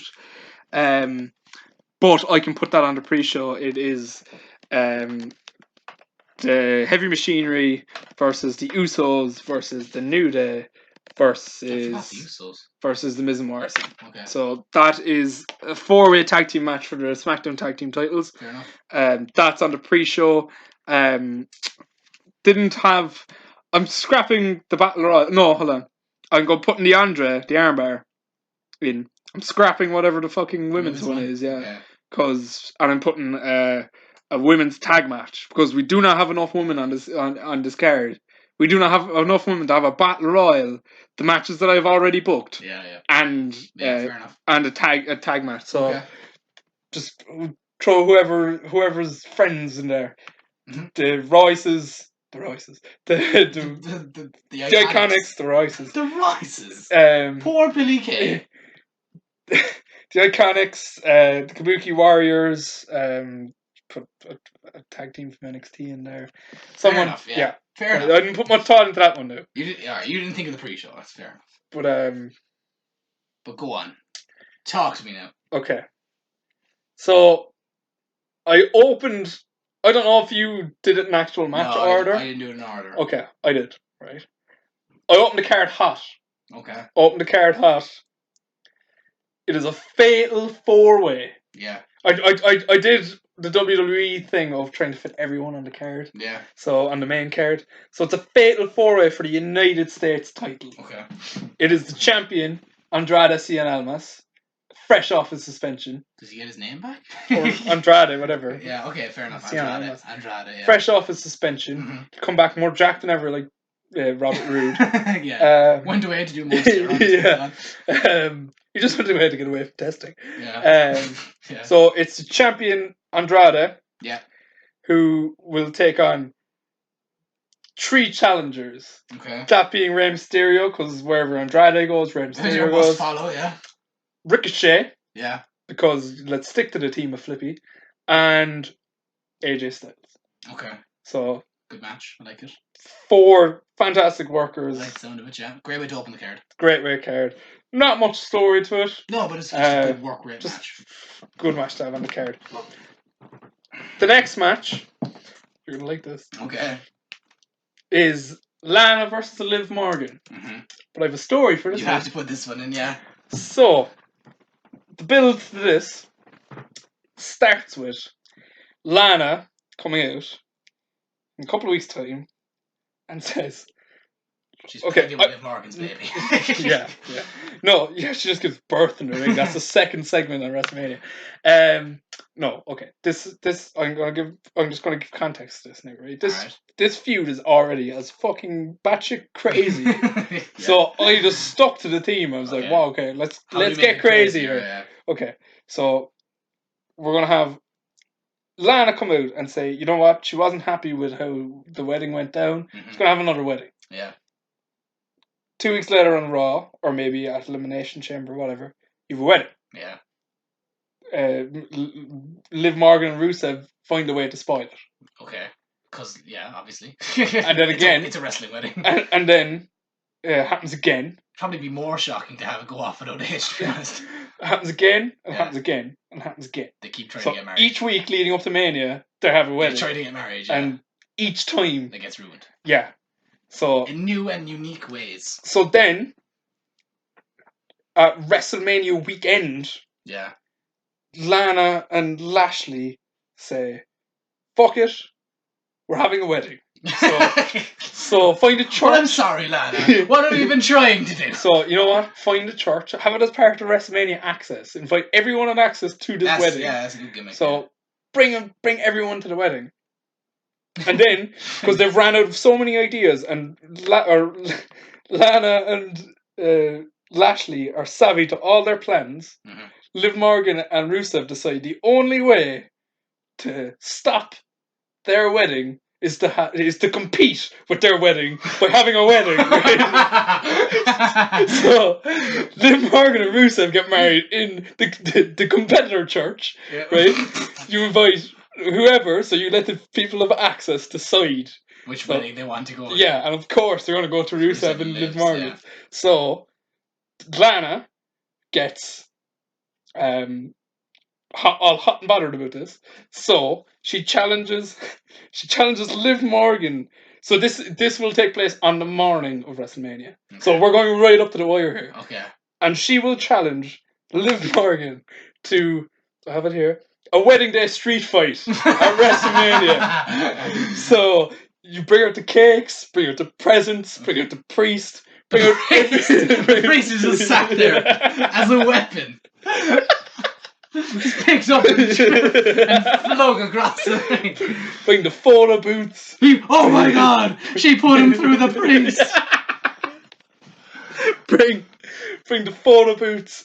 Bring, I don't know, whatever. What else happens at weddings? Bring the starter, main course, and desserts. Bridesmaids, groomsmen. Someone goes off with someone into the corner. Something they'll regret later. You have like the 24/7 division. Haven't bought wrestling or wedding dresses. Okay. Because it's their wedding day. This is so Attitude Era. I love it. and or it could be like a wedding gown. You have a cake. You whatever. Whatever. And the winner. A church. The winner gets married. No, the winner obviously gets a honeymoon. Okay, obviously. There you go. There you go. Funded by Primo and Epico. There you go. It will be the most ridiculous thing wrestling has produced since Katie Vick. Yeah, but that is. But like, you might as well just go all in. Might as well go full hog with this because they have so far. They've introduced lesbianism. Who doesn't want without no context? Who doesn't want to see like the wedding day wars? Like literally, what's it called? You call it right? Like I love this, right? I love that like Liv and Lana were supposedly in a relationship where, and like Liv's evidence for this was like her just taking pictures with Lana. I'm like, yeah, they're definitely in love. You can tell by the pictures. Joe, where I thought you were going with that? Loser gets divorced match. Like the loser has to get divorced to their respective hubby. But I prefer your idea. I prefer your idea because it's crazier. Yeah. So there you go. All right. Cool. I don't want it to happen. I don't want it to happen. It's a wedding day street fight. Look, I don't want this to go to Mania, but if it does, I want that to be the Okay. All right. So there you go. Right, and then. Oh, there's more to this. No. Okay. It's who's next. Okay. It's coming up. Who has to follow that? Who has the difficult job of following that is we go from one extreme to the next. It's John Cena versus Goldberg. What? So, unannounced. This is an open challenge. Cena was one of the groomsmen. It was like, fuck it. Cena was the priest. 3 matches in. So, John Cena versus Goldberg. Okay. Because I had to fit Cena in there somewhere. You had to fit Cena in there. And I put it as one of my predictions at the start of the year. Yeah, you did. Yeah. And I think, like, Cena has said that he wants a big match at Mania. That's what the report is. Okay. And everyone just seems to be occupied. Yeah, I can't fit him in. I'd go Goldberg. Makes Yeah, sense. why not? It's a marquee match. Why not? Yeah. Who wouldn't want to see it, to be honest? Like, Well, it's who like, wins it? Cena? I want Cena to win that. Fuck Goldberg. Cena wins. Depends who's depends who's sticking next? around. Yeah, depends who's sticking around though. Neither of them. Like, they're hardly going to stick around. Yeah, maybe. Cena, and then next night on Raw, you build to Edge Cena at SummerSlam. Maybe, yeah, possibly. So there you go. Okay, Cena wins. Cena beats Goldberg. Cool. Um, Who'd you have winning the other two matches? Who wins the US title match? The US title is won by AJ Styles. Okay, and who wins Liv Lana? Liv? Who the fuck cares? Liv. Babyface. Babyface wins, yeah. Liv Morgan wins. Then following that, we have Bayley versus Sasha Banks. Okay. Because how do we reward two people acting like fucking children of last year's WrestleMania, throwing tantrums, by giving them a marquee match? Yeah. So, stories there, I don't need to go into it, we talked about it before. Like Becky... Have you gone to the one yet that you told me that you changed, like, last minute? It was Cena Goldberg. Why, what was that originally? Cena Taker. Okay. I changed it. Alright. I prefer Cena Goldberg. Yeah. You did a Vince. But I'd seen a Taker as a retirement match, but No.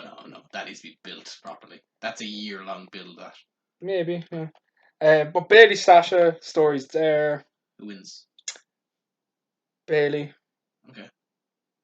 Yeah. Because you need titles to be retained. I'll talk about that when in due course. Yeah. But go on.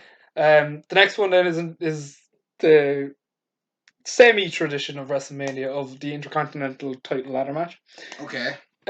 Because there just seems to be a lot of people who are looking to win the Intercontinental Championship now. There's a few people there. So, Nakamura, Sheamus, Corbin, Strowman, Shorty G, and Cesaro. Yeah. They're the 6. Fair. Yeah. I would have Sheamus win it because it's the only title I like that he's going. I like that he's making a claim for it. Do you know what I mean? That he's openly campaigning to win it. It's the only title that eludes him. Yeah. And why not? And you know what? It gives him a nice little thing to get a win over Braun Strowman. Who'd you say is in the match? Did you say Nakamura's there? Nakamura is the champion. Oh yeah, because I didn't hear you say that. And I was like, did you just leave him out? Nakamura, Sheamus, Corbin, Strowman, Shorty G, and Cesaro. Alright, okay. I'll talk about mine. Like I said, but go on anyway. That's cool. Yeah. And you said Sheamus wins, yeah? Yeah. Cool. The next match, I like it, is Edge versus Randy Orton in an I Quit match. We have the same match. Really? Yeah, we have the same match. It's the only way. It's the only way. It is the only way. It's the only one that's brutal enough. Yeah. We have the I same hope match. he fucking attempts to punt Beth Phoenix. They need, like, it needs to be proper, like, brutal. Like, fair enough, last man standing, you're trying to put them down for 10, but no, you need to make them feel physical pain. No, it's I Quit. It has to be I Quit. After that segment, it has to be I Quit. I'm glad we both agreed on that. And it could be a loser leave town. I don't want that. Because I think living with the I Quit is enough shame. Because imagine Edge has to come back and then he says I quit. And just have the whole match. I'd have Edge win though. Oh, I'd have Edge win too. Yeah. No, but I'm saying, like, imagine just that in your head. Like, imagine if Edge has to say I quit, and like I'd have the whole match Orton's trying to fucking destroy his neck. So there you go. Yeah, that's cool. The next match we're down to 4. Okay. So I had to do a little bit of squeezing here. Yeah. I bit the bullet and went Becky, Shayna, Charlotte. You did the triple threat. I did the triple threat. Oh, you bad man. I think they're going to do it. They might do, yeah. They might do. So, it wouldn't surprise me, but I really hope they don't. I tried to fit in Charlotte Ripley. I saw this theory, right? And well, it could be good. So the theory was Charlotte picks Becky, and it looks like we're going to get Charlotte Becky, and then like at Elimination Chamber or something, Shayna comes out and attacks Charlotte and breaks Charlotte's arm and takes her spot. They're never not going to. No, I know that. I know that. Unless she actually legit got injured, surgery, injured or something. Yeah. Like, because I was thinking that. I was thinking, what if I took Charlotte out and put her on Takeover and put Ripley, Charlotte at Takeover? And I was like, there's no way they're not going to have Charlotte at Mania. No. So I went Becky, Shayna, Charlotte because it was the only way I could fit in 10 matches. Because I still have the 2 title matches and I still have one more. Okay. Which is Undertaker versus Daniel Bryan. This has never happened to my recollection. No. Well, no, they were never on opposing teams. Yeah. They were on the same. Remember, it was Team Hell No and the Undertaker versus the Shield. Yeah, but they've never wrestled a singles match anyway. Yeah, no. That's my knowledge anyway. I think Daniel Bryan's at a stage in his career where he's like legend status, isn't he? Yeah, but he's at a stage in his career now where it's not winding down, but you know he's on the back nine now in his career, so like he needs to start ticking off kind of like bucket list things, and seems like one. He's talked about this match before. Did he come out recently and say that he has like 3 years left or something? Yeah, or like 5 years left or something. But he said he signed a new contract, and he said that's probably it. The last one after it. But anyway, as I said, I think there's 5 years left in the contract. I do it in a way that the Fiend Bryan turns heel again because sticking to the team that the Fiend changes people. Yeah. Okay. So I'd have Bryan attack I'd have Bryan go like proper dark, and then I'd have him attack the Undertaker, and the Undertaker. And why is Undertaker there though? Tell me why he shows up. You know, it's like the WrestleMania season. It's like the fucking 1,500 episode of SmackDown or something. I don't know. I'll just fucking have him out there. Yeah. Just announce him. All right. And you know what you do? You know what you should do? I'll just put this opinion in there. Like Kane loves showing up every so often, so like do a thing like and they love attacks Kane. Yeah, maybe beats the shit out of Kane. Or yeah. Something, Okay. Yeah, that brings it out. Then the Undertaker comes out. Bryan attacks him, and then you get. You want to see darkness? Yeah. You will rest in peace.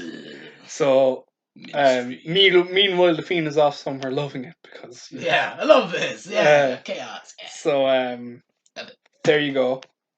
Undertaker versus Daniel Bryan. Who wins? Undertaker.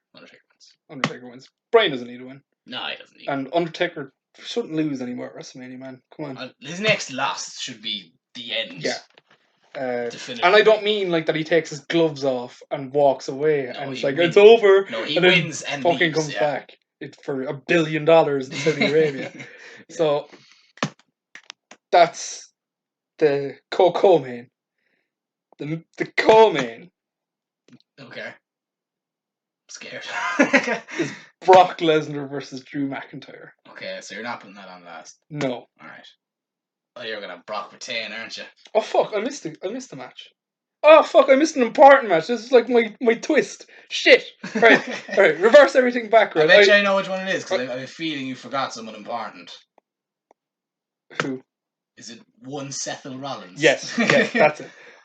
It's a tag team match. It's Seth versus Buddy Murphy versus the build up to it is Seth and Buddy Murphy against Joe and Owens. Okay. Provided Joe is not injured, right? Yeah. So that's the lead up to it. They do a segment, they have a match. Or something like that. Or there might be a backstage brawl where Buddy Murphy gets injured, he's out of Mania. Okay. But it's accidental. They don't go to maliciously hurt him. But then Rollins is without a partner. He's down a partner, and he's you see him going back to maybe Triple H or Vince or one of them, and he says they attacked my partner, and maybe they're trying to get him stripped of the titles or whatever. Oh, so the titles are on the line. Yeah. Okay. So he's like, they attacked my partner. Why should I give up my belts? And they're like, you make a fair point. So they were like, okay. You have, because Samoa Joe, whoever, injured your partner, you can now choose your partner to fight in Buddy Murphy's honor and be the honorary tag team champion for the night. And it's Nicholas. No. Go on anyway, sorry, yeah. So we don't know up until the end. Or up until Mania. So it's mystery partner and Rollins versus the two boys. And so this attack happens on Raw. Yeah. Okay. So we get there, and I'm scared. Two lads are in the ring, getting ready. Seth Rollins comes out, dressed as Jon Snow or something, whatever he wants to do. Then burn it down. It gets to the the moment, and they're waiting, and they're waiting. I don't know who you're gonna say, but and they're I'm waiting, scared. And then it hits. Here comes the money. No. Here we go. No. Money talks. Here comes the money. Money. Because it continues the story with Kevin Owens. Yes, it does, but no. It's not that. It's not that. It's not Shane. No, it is Shane. Oh, for fuck's sake. But Kevin Owens is standing there then, being like, are you joking? Oh my god, I banished you. Yeah. Shane McMahon comes up behind, rolls him up, 1, 2, 3, gets out of there, they win. So like he beats him in like 10 seconds. No. I don't like that. Oh, I'd be so cross. I'd be so cross. Money. It would get such heat. It would get so heat. Brilliant. And then you have Shane McMahon as like the manager of their little faction. Yeah, what you call it? They need a name. They need to get a name soon. The Money Team. Bring Floyd Mayweather Money in. Talks. Bring them all in. TNT. Money Talks. So Shane McMahon. Money. Dollar. The Money Messiahs. Yeah. So there you go. I don't like it, but it's a good thing that I don't like it. Yeah. So yeah, okay. Go on anyway. Okay, the Brock Drew. Go back to Brock. Brock Drew.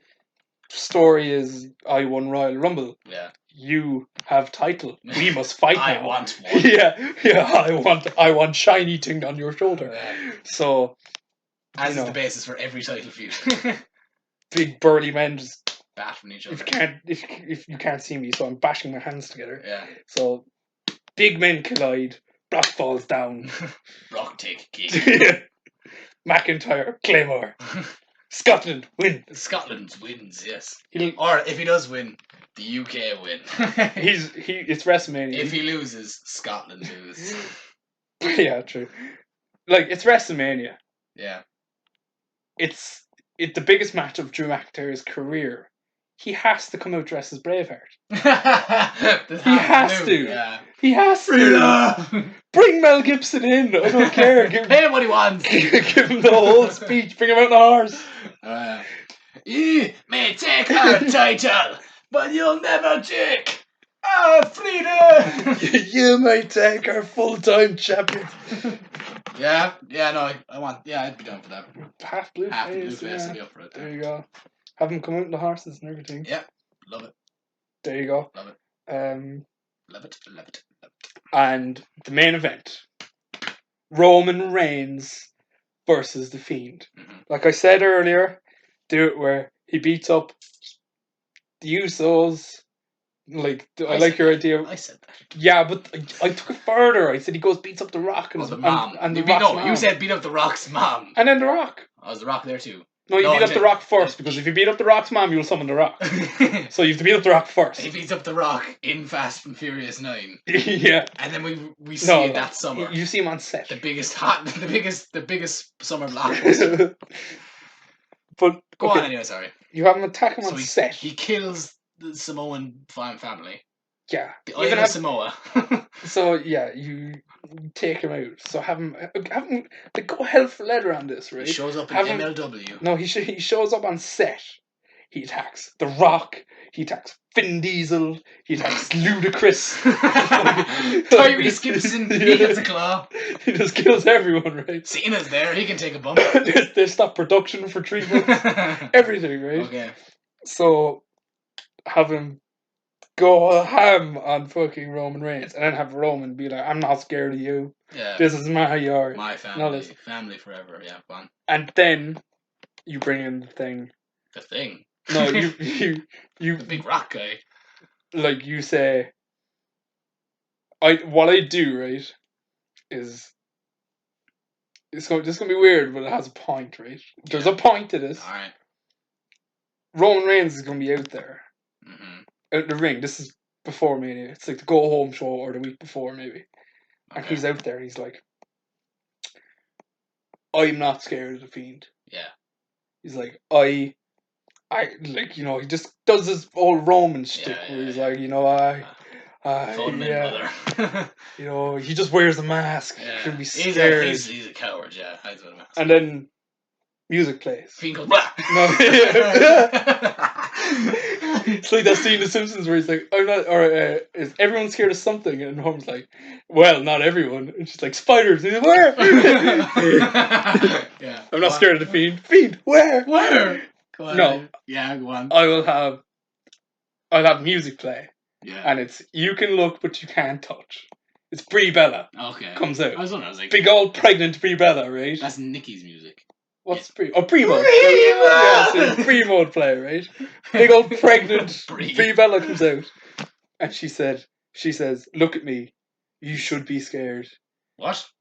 She says, "You should be scared because I don't have a husband anymore. The Fiend changed. The Fiend changed my husband, my kids, my unborn child will not have a father." You know it's serious when they bring in fetuses. So I wish you died in the womb. Yeah. So you have her come out and say, "Roman, you have kids, you have a wife. Please, do not let what happened to my husband happen to you." I'm getting chills. So she's like, "My unborn child won't ever see the Daniel Bryan that I knew because he changed him." Okay. Doesn't address the Fiend. She says he changed him. Yeah. And then that starts to get into Roman's head. He's a family guy. Yeah, he's like, oh shit. And then it goes there's more on the line. Yeah, and then it goes back to the feud when Bray was taking all the photos of his kid. So you do all that shit where he's Please let him actually take the kid now. So you have him play on his head. He's a family guy. Yeah. He's like, and then it starts turning into that story of like, remember when Bray faced John Cena and it was like all about my legacy, and it was all about like what am I after this, and that's what it is, and it's like. It tells a story of a family guy, a guy who beat cancer, and if he loses here, like, what does he become? What does he become, or what is left of him? And he goes into WrestleMania in front of 80,000 people against the most unnatural and most unstoppable monster that the WWE have probably ever produced. I feel like I'm there right now. And in front of 80,000 people in Miami, in more or less his hometown, in more or less his hometown, he loses to the Fiend in the main event of WrestleMania. Yeah. Oh shit! And WrestleMania closes like it did in Saudi Arabia, where all the lights go out. 80,000 people, the biggest show, and up just a light flashes, and it's just the Fiend's face. It's like, that's how WrestleMania ends, and you don't know what's going to happen to Roman Reigns. I fuck with it. He stands at the top of that ramp because I don't want the Fiend to lose. I think the Fiend should win. Like, I think he should win. And like, do you know what it is? And I thought about this, right? I thought about this the other night. So obviously Roman didn't win the Rumble, right? But like, in my head, I was like, okay, he didn't win the Rumble, but they're still gonna do it. Yeah, like let's assume they're still, because they probably are. So I was like, if they do it still, the Fiend should win. But you know, if Roman had won the Rumble, I would have had Roman win. Because I was like, he's done something insurmountable by winning the Rumble, something that like so few men have done. Yeah. And it's just such an impossible task. Go through 29 men to win, to earn your spot. So he's proven, like, it just. Yeah. But now that he's just going to be, say, placed in somewhere, or well, I don't know how he's going to get there, but you know what I mean. I think he should lose. I like that. I like that. And WrestleMania ends, and you're going in. Oh. And you know what shit as well? We have to wait 5 days until SmackDown. Yeah, but like, do you know the way? Like, do you know the way fucking like the way Saudi Arabia ended, where like they on social media and stuff they changed the logo of WWE to like it felt like the Fiend like took everything over. Yeah, I fuck with it. That's what I want. Yeah. I want WrestleMania to end, and you're sitting there being like, "What is going on? What do we do next?" Like, what? And then you're gonna fucking tune in on Friday to see what Roman's going to become. What is Roman now? It's. Yeah, I like it. I like it. Well done, sir. That's how we do it. Round of applause. Thank you very much. Round of applause. I like it. I feel pressure. Yeah. Okay. So we set the parameters for 10 matches here. Okay. Yeah. So you naturally did I did a Vince, and I just went no, rip up that script. So I didn't book him. Okay, we just later because we forget it's late in the evening. Sorry about that. Yeah. So I didn't book them, but I have 3 pre-show matches. I think I have 11 main card matches because I couldn't physically do 10, and so okay. So the pre-show matches. So I have the armbar, right? And I didn't do this in order, but I have the armbar, and the winner of the armbar 2020 is Sami Zayn. Because let's face it, the armbar is a fucking joke, and Sami Zayn would make it an hilarious joke. Imagine him just trying to lift the trophy and just not being able to. It'd be funny. And just have like Cesaro carry the trophy around. It'd be brilliant, I think. So next up we have the Raw tag titles, and I'm gonna try and do this like kind of like chronologically, but not really.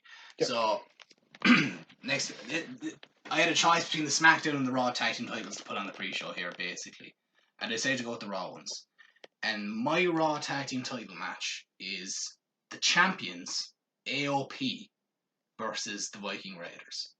I think somewhere between now and Mania, Rollins and Murphy should Rollins should turn around and be like, look, I'm a leader, I lead by example, but one thing I'm not is I'm not selfish. I recognize that we have one of the best tag teams in the world standing behind me in AOP, and I perhaps selfishly took these titles from them. So he has a match with the AOP and proves how much of a leader and devoted, like how devoted he is to his followers. He lies down for the AOP, and one of them pins him, one hand on him or something. 1, 2, 3. The AOP are now the tag team champions, which they should be. It shouldn't be Murphy and Rollins. Yep. So AOP take the titles, and then I really want to see AOP and Viking Raiders wrestle for some. I just want two beefy teams just batter each other. So we get that match in the pre-show, and AOP win, they retain. That's fair enough. That's just the match behind that, and that's on the pre-show. And then finally, I would close the pre-show with the Women's Battle Royal, and the winner of the Women's Battle Royal 2020 is Mandy Rose via Otis assistance. He just runs in and just boosts everyone out. It's down to the final 2. It's Mandy and someone. It doesn't matter. Anyone. Carmella or something. And she nearly gets eliminated. She gets, let's say it's Carmella. Carmella super kicks her. She goes over the top. Otis catches her and throws her back in. Over Carmella. Throws her back in. Carmella doesn't see her. Mandy clotheslines her. She goes over the top, and Mandy wins the Battle Royal. And then she gives Otis like a kiss on the cheek or something, and Otis is elated and like, we'll come back to this later. Let's just say. So, now I didn't really pick like an opener, but I feel like this would be a good match to open the card anyway. So I've booked Asuka versus Kairi Sane, because Kairi Sane needs that pirate ship in her life. She needs to be on the card in some capacity, and it can't be in a tag team. She needs a proper bloody entrance with that pirate ship. I know we're probably all overhyping this altogether, because we're like, look, I mean, I think it's a fixed structure in the stadium. I don't think it actually moved, like, so I don't know what she can actually do off it. Yeah. But like, she needs to do something with it. So I think between now and Asuka obviously lost the Royal Rumble last night, or last Sunday gone, and I think this should start a bit of a losing streak for Asuka. And I think between now and the Rumble, I think they should lose the tag titles, and that means that they lose the tag titles, and like it's Asuka takes the pin. So like Kairi doesn't even take the pin when they lose it. Asuka takes it. Asuka's gone on a bit of a slump, but Asuka just basically just goes mental. Becomes like, mental Japanese Asuka when she was fighting Suzuki and stuff. Just becomes that, and batters Kairi Sane. Poor, sweet, innocent Kairi Sane, who's the most adorable human being you've ever seen in your life. And then we get that match, and just give them like 10 minutes, 15 minutes to open the card, and they should produce a really good match, I find. Okay. So I booked that. I literally did that match just so Kairi Sane can do the pirate ship thing, because I feel like they will do it. So that's funny. So next up, I have the SmackDown Tag Team Championship match, and it is a triple threat match. We have the champions, John Morrison and The Miz, because I feel like they will win it between now and Mania. The New Day, Kofi and Big E, and Heavy Machinery, Otis and Tucker. And I have Morrison and The Miz retain after Mandy No. Rose. No, don't do it. No, no, please, no. After Mandy Rose. God, no.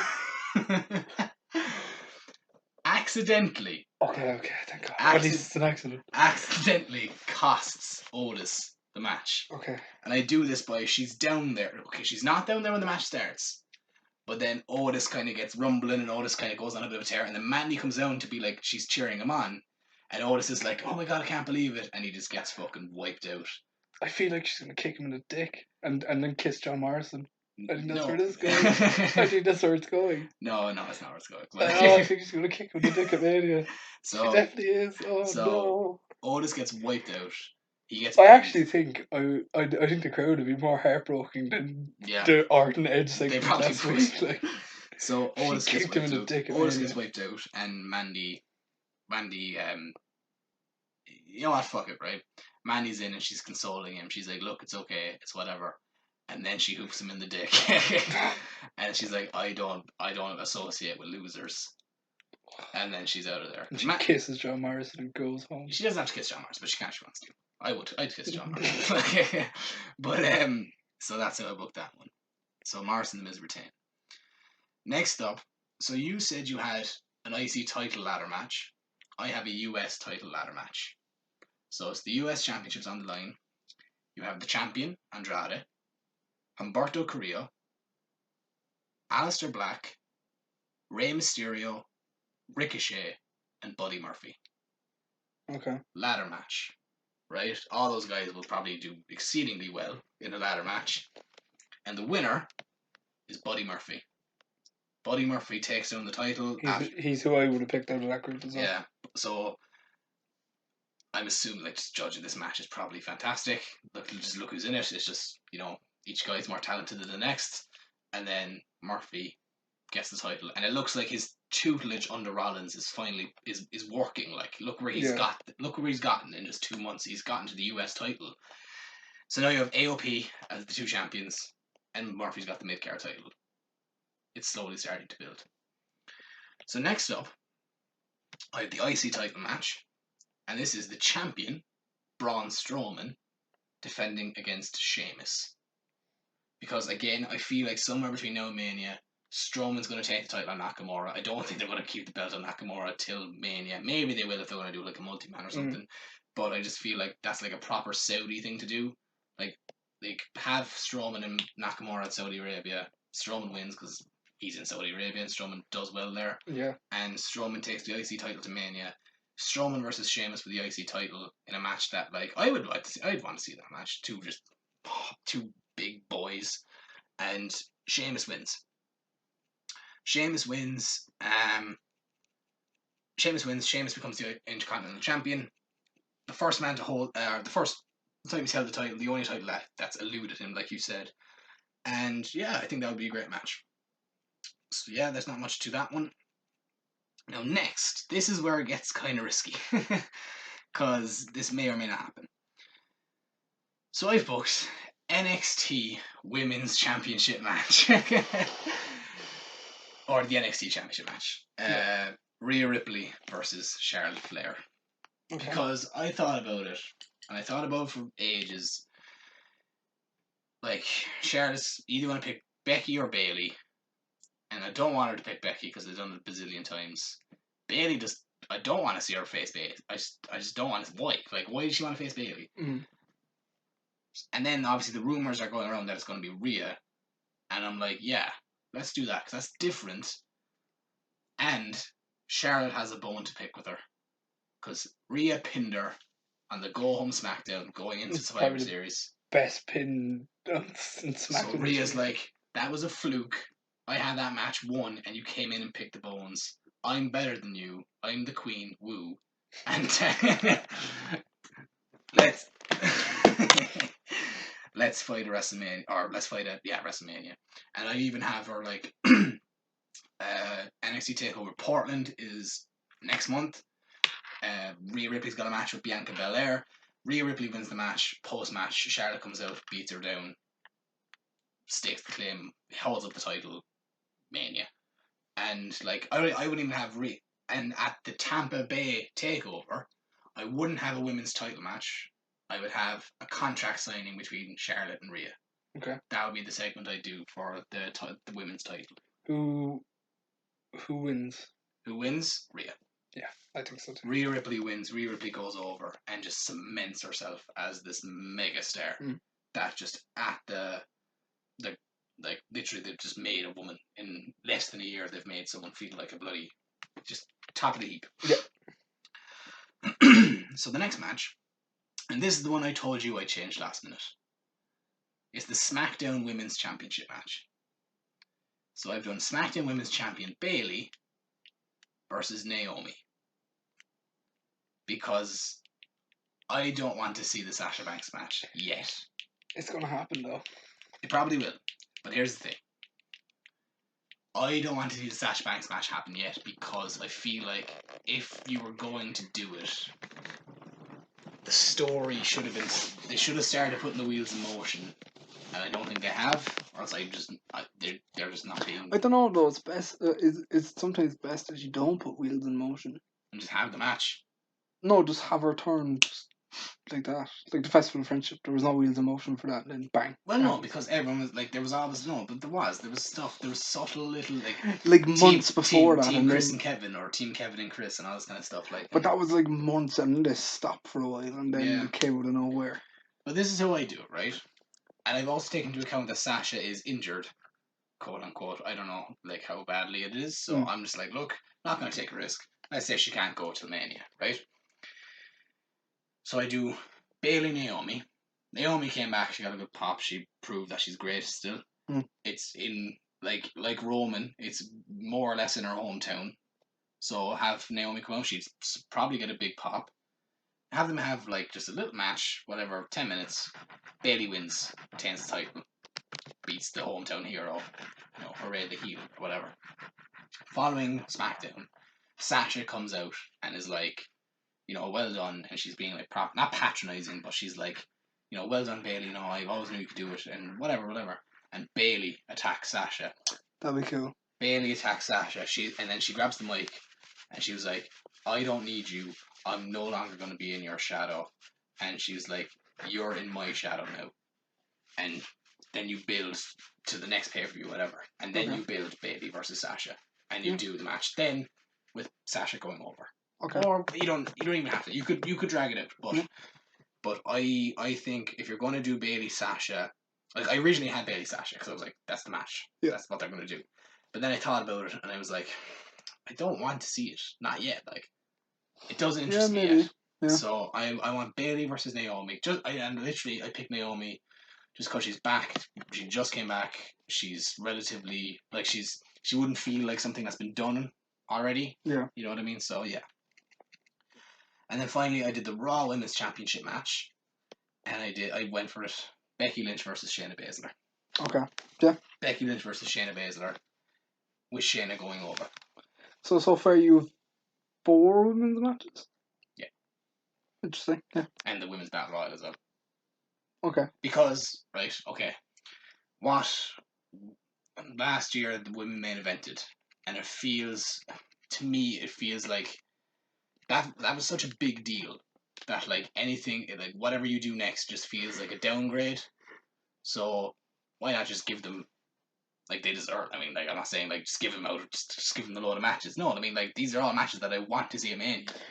Yeah, these are all stories. Yeah, these are all matches that would fit on the card in my opinion. Yeah, okay, fair enough. So, and I feel like that would be good as well. Just have it be even, So Raw Women's Championship match: Becky Lynch versus Shayna Baszler. Shayna finally gets Becky 1-on-1, and I don't know why, but I feel like the match will be good. I think it'll be just a really good match. But Shayna finally gets the upper hand, starts working over every single limb. Eventually, she gets Becky in the clutch. Becky doesn't tap; she passes out. Yeah. Shayna Baszler and I would have this be Shayna's first singles match on the main roster. Shayna wins the Raw Women's title.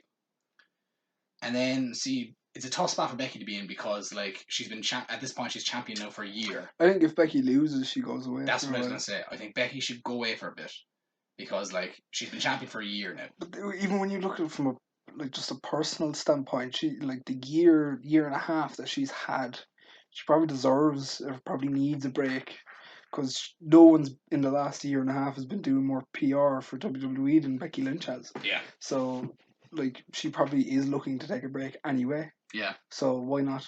Yeah. It helps her character anyway if she goes away for a while when she loses. Yeah. So. And I've also thought of it because next night on Raw, Shayna Baszler's out there celebrating. Ronda Rousey comes out. Yeah, I would. That's exactly how I would have booked it as well.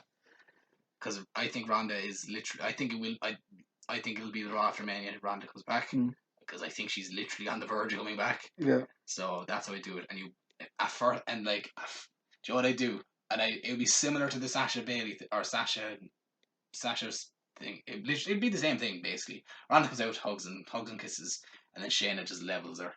And it's like, I don't need you. I don't need you anymore. Like you were always. It was never the four horsewomen. It was Ronda Rousey and her friends. Yeah. So she was like, and she's like, this is my world. MMA is your world. This is my world. I am a pro wrestler. That'd be cool. That'd be so cool. She's like, I am a pro wrestler. I can do this 10 times better than you. She was like. Then you could have Ronda like, be like, I was the one that always looked up for you. Yeah. I was the one who beat Betch Correa's ass after she beat yours. You could say that stuff like. And then I would book Baszler Rousey. Baszler goes over. Yeah, I do. Clean I think as so a whistle. Too. Yeah, I think so too. Clean as a whistle. Chokes her and out. Ronda's like. I think Shayna should choke her out. Yeah. It's not Ronda top, just have her choke her out. Baszler proves everything that Baszler. I am a pro wrestler. You're just an attraction. Even if you do bring Ronda back, you could just bring her back for that one match, and she can go away again. Yeah. If she wants to, obviously. Yeah. But it depends on what. Like she feels like she's with Ronda. It feels like she kind of calls the shots with her appearances and stuff. To a degree, but So yeah, and I'd have Baszler just go on a reign of terror, just basically what she did with the NXT title, and just whoever steps up just gets murked, and I'm on the fence on to how she loses it, but I'm like, that's like you don't know what's around the corner. You don't know who gets signed. You don't know who gets signed. You don't know who is going. Like Becky came out of nowhere, you don't know who's next. Nah. I think if you're doing it that way, I think you could build it to next year's Mania where Ronda beats her. You could, yeah. Again. Yeah. So. So yeah, but that's what I do. I do Becky Shayna. Okay. So next, so this was a weird one for me because, like you, I forgot about Seth Rollins, and I was like, he has to be on the card. He will be on the card, and I feel like he needs to be there in a big enough capacity. So I booked Seth Rollins versus Kevin Owens singles match, right? And then I went, that doesn't really feel like Mania worthy. Plus, I'm pretty sure they did it on Raw like 2 weeks ago. So I was like, okay, I'll make it bigger again. I'll go Seth Rollins versus Kevin Owens, #1 contendership for the WWE Championship. Winner gets a title shot because, why not? Yeah. Because they're two of the biggest guys on the roster. They feel like the next level down. So, and then I was like, yeah. But then I forgot about John Cena. So I did Seth Rollins versus Kevin Owens, #1 contendership match with special guest referee John Cena. Because I thought about it, right? No one's saying he has a match at Mania. Yeah, but they're saying he has something substantial. But is that substantial? He's in a pretty big spot there. And okay, this is just me. If you were going to properly do it, have him referees Orton and Edge. Yeah, I thought about that, but then I was like, no, I don't want. I want a proper official. Yeah, proper official for that one. So then I thought about it, and I was like, okay, so I basically used my weird, I used my kind of logical head here now, and I went, are his insurance companies going to let him wrestle here? Yeah. How many movies does he have in the pipeline now at the moment? I don't know. That's the hypothetical question, but I'm like, I genuinely can't see him in a proper wrestling match at Mania. So I thought, okay, he has something substantial booked. What's the next biggest thing that he has to be involved in a match. So I said, do this. So it's Cena, special guest ref, Rollins Owens. And so Murphy, and you can have it like AOP come down, Murphy comes down, they all get banned, you're out of here kind of stuff, like, you know. And then also, you may be wondering, Samoa Joe's not in this card because Samoa Joe got injured this week, and at first I forgot about him, but then it kind of worked to my advantage because I was like, he's injured and he mightn't be there, so I was like, look, I'll say he's injured, he's not there. So Samoa Joe's not there. It's Rollins, Owens. This is the blow off. This is the end of the feud. Okay, so basically, let them go out and do their thing. I'd give this match 20 minutes. I'd have this be one of the longest matches on the card, and I'd just let them wrestle. Let them do what they do best. Let Seth Rollins do what he does best. Let Kevin Owens does lots of things great, but he's a fantastic wrestler. Let them do that. And Cena can just be hamming it up as a bloody actor as well. It's great. Love it. So the match is going on, and it's going back and forth, and you don't really know who's going to win because like it's tough. So then I'm not gonna have a ref bump, but let's say Murphy and AOP try to come down to the ring again after being banned, and who should come out to make the save? Samoa Joe. Samoa Joe makes his return here. He comes out with a chair or something and just gets rid of AOP and Buddy Murphy. Like, he doesn't hit them, he just swipes at them to get them away. Yeah. And then Joe's not banned from ringside, so Joe is there. Joe is there to make sure nothing else goes down. He's like the enforcer, let's say, of the match. And it comes a spot where, like, Owens gets tossed over the top rope. Rollins is like going to do something, and Cena's doing his ref thing where he's like, no. And Joe levels Owens with the chair. Joe levels Owens. And joins. Joe throws him in. Rollins stomps. Cena counts the pin. And you know Cena and Rollins have history. And Rollins is back to heel. And Cena's like, this is shitty Rollins. Yeah. So Cena has to do the count. And then Joe stands with Rollins, Murphy, and the AOP. And where does Shane McMahon fit into this? He comes in the next time. Here comes the one. Here we go. No, Shane McMahon is dead. Shane McMahon is dead. But it's because Rollins has now. So first of all, Samoa Joe is a heel. He's not a face. I don't like Samoa. Like, he's fine, but he is a heel. He is a heel. Plus, he can cut a promo the next night on Raw, being like, "Look, at first it really pained me to say it, but I watched AOP and I watched Buddy Murphy win, and it made look like these guys were nothing this time last year. Where were they this time last year? Buddy Murphy was on the pre-show. I don't even know if AOP were even on the show, and now they're champions. It's like, Seth Rollins makes sense. Yeah. So I'm standing with Seth Rollins, and you can have that be like the slogan: I stand with Seth. And Samoa Joe joins, being like, look, I'm like, you know, this is the best move for me in my career. And it sets up Seth Rollins as the new number one contender for the WWE title. And I don't know if I'd have him win it right away, but eventually Rollins ends up with the title. So then they all have belts, bar Joe. Joe doesn't have a belt because there is no belt. So Joe's standing there. He's just the heavy. And then eventually, like, you can have like little things where like Joe's like, look Seth, you know, like, I mean, don't get me wrong, I love, like, this is great, whatever, like, but, you know, I'm winning a lot, like, but, you know, I kind of want a shot at that, like, I kind of want a shot at the WWE title. You know, this is why I kind of did this. And Seth's like, yeah, don't worry, you'll get your shot at the, you know, but look, right now I just have to, like, I kind of need this to kind of, you know, do my thing. So look, you and Buddy can wrestle. You and Buddy can wrestle for the WWE or for the United States title. Like, do that. That's fine. And Joe's like, all right, fine, whatever. And he wrestles Murphy down the line, and like, basically Seth, like, accidentally, quote unquote, costs him. Yeah. And Murphy retains the title. And Joe's like, what was that? And Rollins is like, hey, look, Joe, it's fine. Whatever. It's like, look, it was just simple. Like, it doesn't matter. Like, you're in the group, Murphy's in the group, so we're all champions. You know, we're all champions because you're in the group.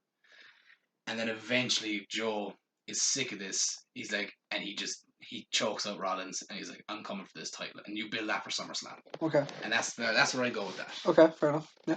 And I know I just said Joe is fine as a babyface, and I just turned him babyface again. But look, at least we got like 6 months of him being a heel. He's the big show. Yeah, he's the big show. And then I had them. Oh no, sorry, I didn't. Next up, I had the Universal Championship match. Now, like I said, this isn't how I'm booking the card, but like, I put this match in. I just put the 2 matches that are probably guaranteed for Mania last because I was like, look. What do you think main events? Because I'm assuming you have Fiend Roman as well. Kind of. Do you mean you half have it? Or? So, okay. Funhouse spray? No. I have Bray Wyatt, the Fiend Bray Wyatt, versus Roman Reigns versus Daniel Bryan. Because I was like, no. I was like, Bryan has to be on the card. And it was kind of, like, remember I said I shoehorned him in somewhere. I was like, I put him in here, and this is what I do, right? And this is kind of me booking and kind of me thinking realistically about WWE. Okay. And it was right. So, like you said, Bryan gets changed by the Fiend again. So this time he goes back to being a heel. He goes back to being twisted and sick and whatever. Mm. And I'd have a go. So Elimination Chamber happens, and the main event of Elimination Chamber is an Elimination Chamber match. Roman Reigns versus Daniel Bryan versus Ali versus Shorty G versus John Morrison versus Sheamus versus The Miz. Versus Braun Strowman, sorry. Versus Braun Strowman. Winner faces The Fiend at Mania. Final 2, Roman and Bryan. And Bryan has become now obsessed with beating The Fiend. So much so that, like, it's causing it, like, he doesn't care who's in his way. He starts beating up everyone. He starts destroying everyone. He starts doing the bloody stomps on everyone's head. Kind of like Shawn Michaels and Taker. He's like, I can't let this, like, how many times have I faced him now, and how many times has he beaten me? I can't, no, I need to beat him. And Roman beats him. Roman pins him, and Roman becomes the #1 contender. And Bryan just can't live with this. So he goes on an absolute tear. And you can do some similar to The Fiend, like he beats up both the Usos, and he won't leave Roman alone. He beats up Roman week in, week out, pesters him, puts him in the yes lock, and he's like, put me in the match, or he's screaming at the, like, Vince in the establishment and stuff. He's like, put me in the match, or I'm breaking his goddamn shoulder. And didn't Mankind do that with Shane McMahon? Did he? The night he won the title. Can't remember. That's how he got the match. Remember, he put Shane in like a cross-faced chicken wing or something. Did he? I can't remember. And he was like, "I'm gonna break his arm if you don't give me the match." I can't remember. Yeah. But yeah, like that. Bryan is like, I'm. Oh, can he do it to Shane, please? He's like, yeah, you could even do it with Shane. Yeah. Like, if you wanted to, you could be like, I'm gonna break. Like, Vince will come out then and be like, "Ha, you think Shane's valuable to me?" Don't care. Then he does it to Cena, and Vince like, "Okay." So, but like, Bryan's basically, I'll ruin your main event if you don't put me in this match. And eventually, he gets put in the match. So then you have the match, and this is how I get around The Fiend winning, because I like your idea of Roman losing clean and what happens to Roman, basically. But I'm trying to live a bit more realistically and be like, will they have him lose clean to The Fiend? I really want them to, but I was like, no. So I've put Bryan in there as a scapegoat, essentially. Oh, God. And I have him eat the pin again. The Fiend pins him again. Just, he can't beat him. He can't do it. He just does. No matter what he does, like he a can't. David Starr Walter type He situation. just can't do it. No matter what he does, he can't do it.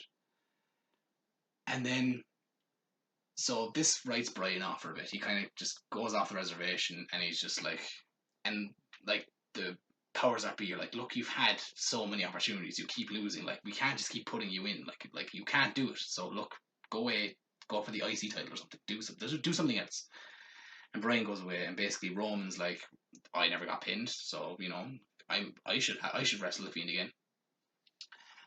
And I'd have Roman beat him. I'd have Roman beat him first go First go, Roman beats him. Roman is is the Superman. He just beats him.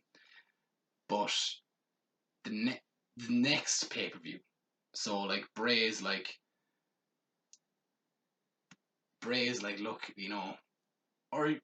Bray is like, look, Roman, like, I mean, the Fiend lost or whatever, like, or what I could do is you could have Funhouse Bray versus Roman, and then Bray beats, or Roman beats Funhouse Bray, and that's how they lose the title. But then the next, like, say, the Fire for Funhouse comes on the next Friday night, and Bray is like, look, Roman, you beat me fair and square. That's fair enough. Like, proper nice. He's like, look, it happens, but you never beat him, and he's kind of mad at me because I lost his title, so he kind of wants it back. So if you wouldn't mind, and Roman's like, whatever, like, you're an idiot, you're crazy. So he's like, look, Roman, like I said, fair is fair. So you really should give him a match at whatever the next pay per view is. Let's say Extreme Rules, and like, let's make it a bit extreme and have it be an Extreme Rules match. So then you have that. You have Roman versus the Fiend for the Universal title. Roman is the champion in an Extreme Rules match.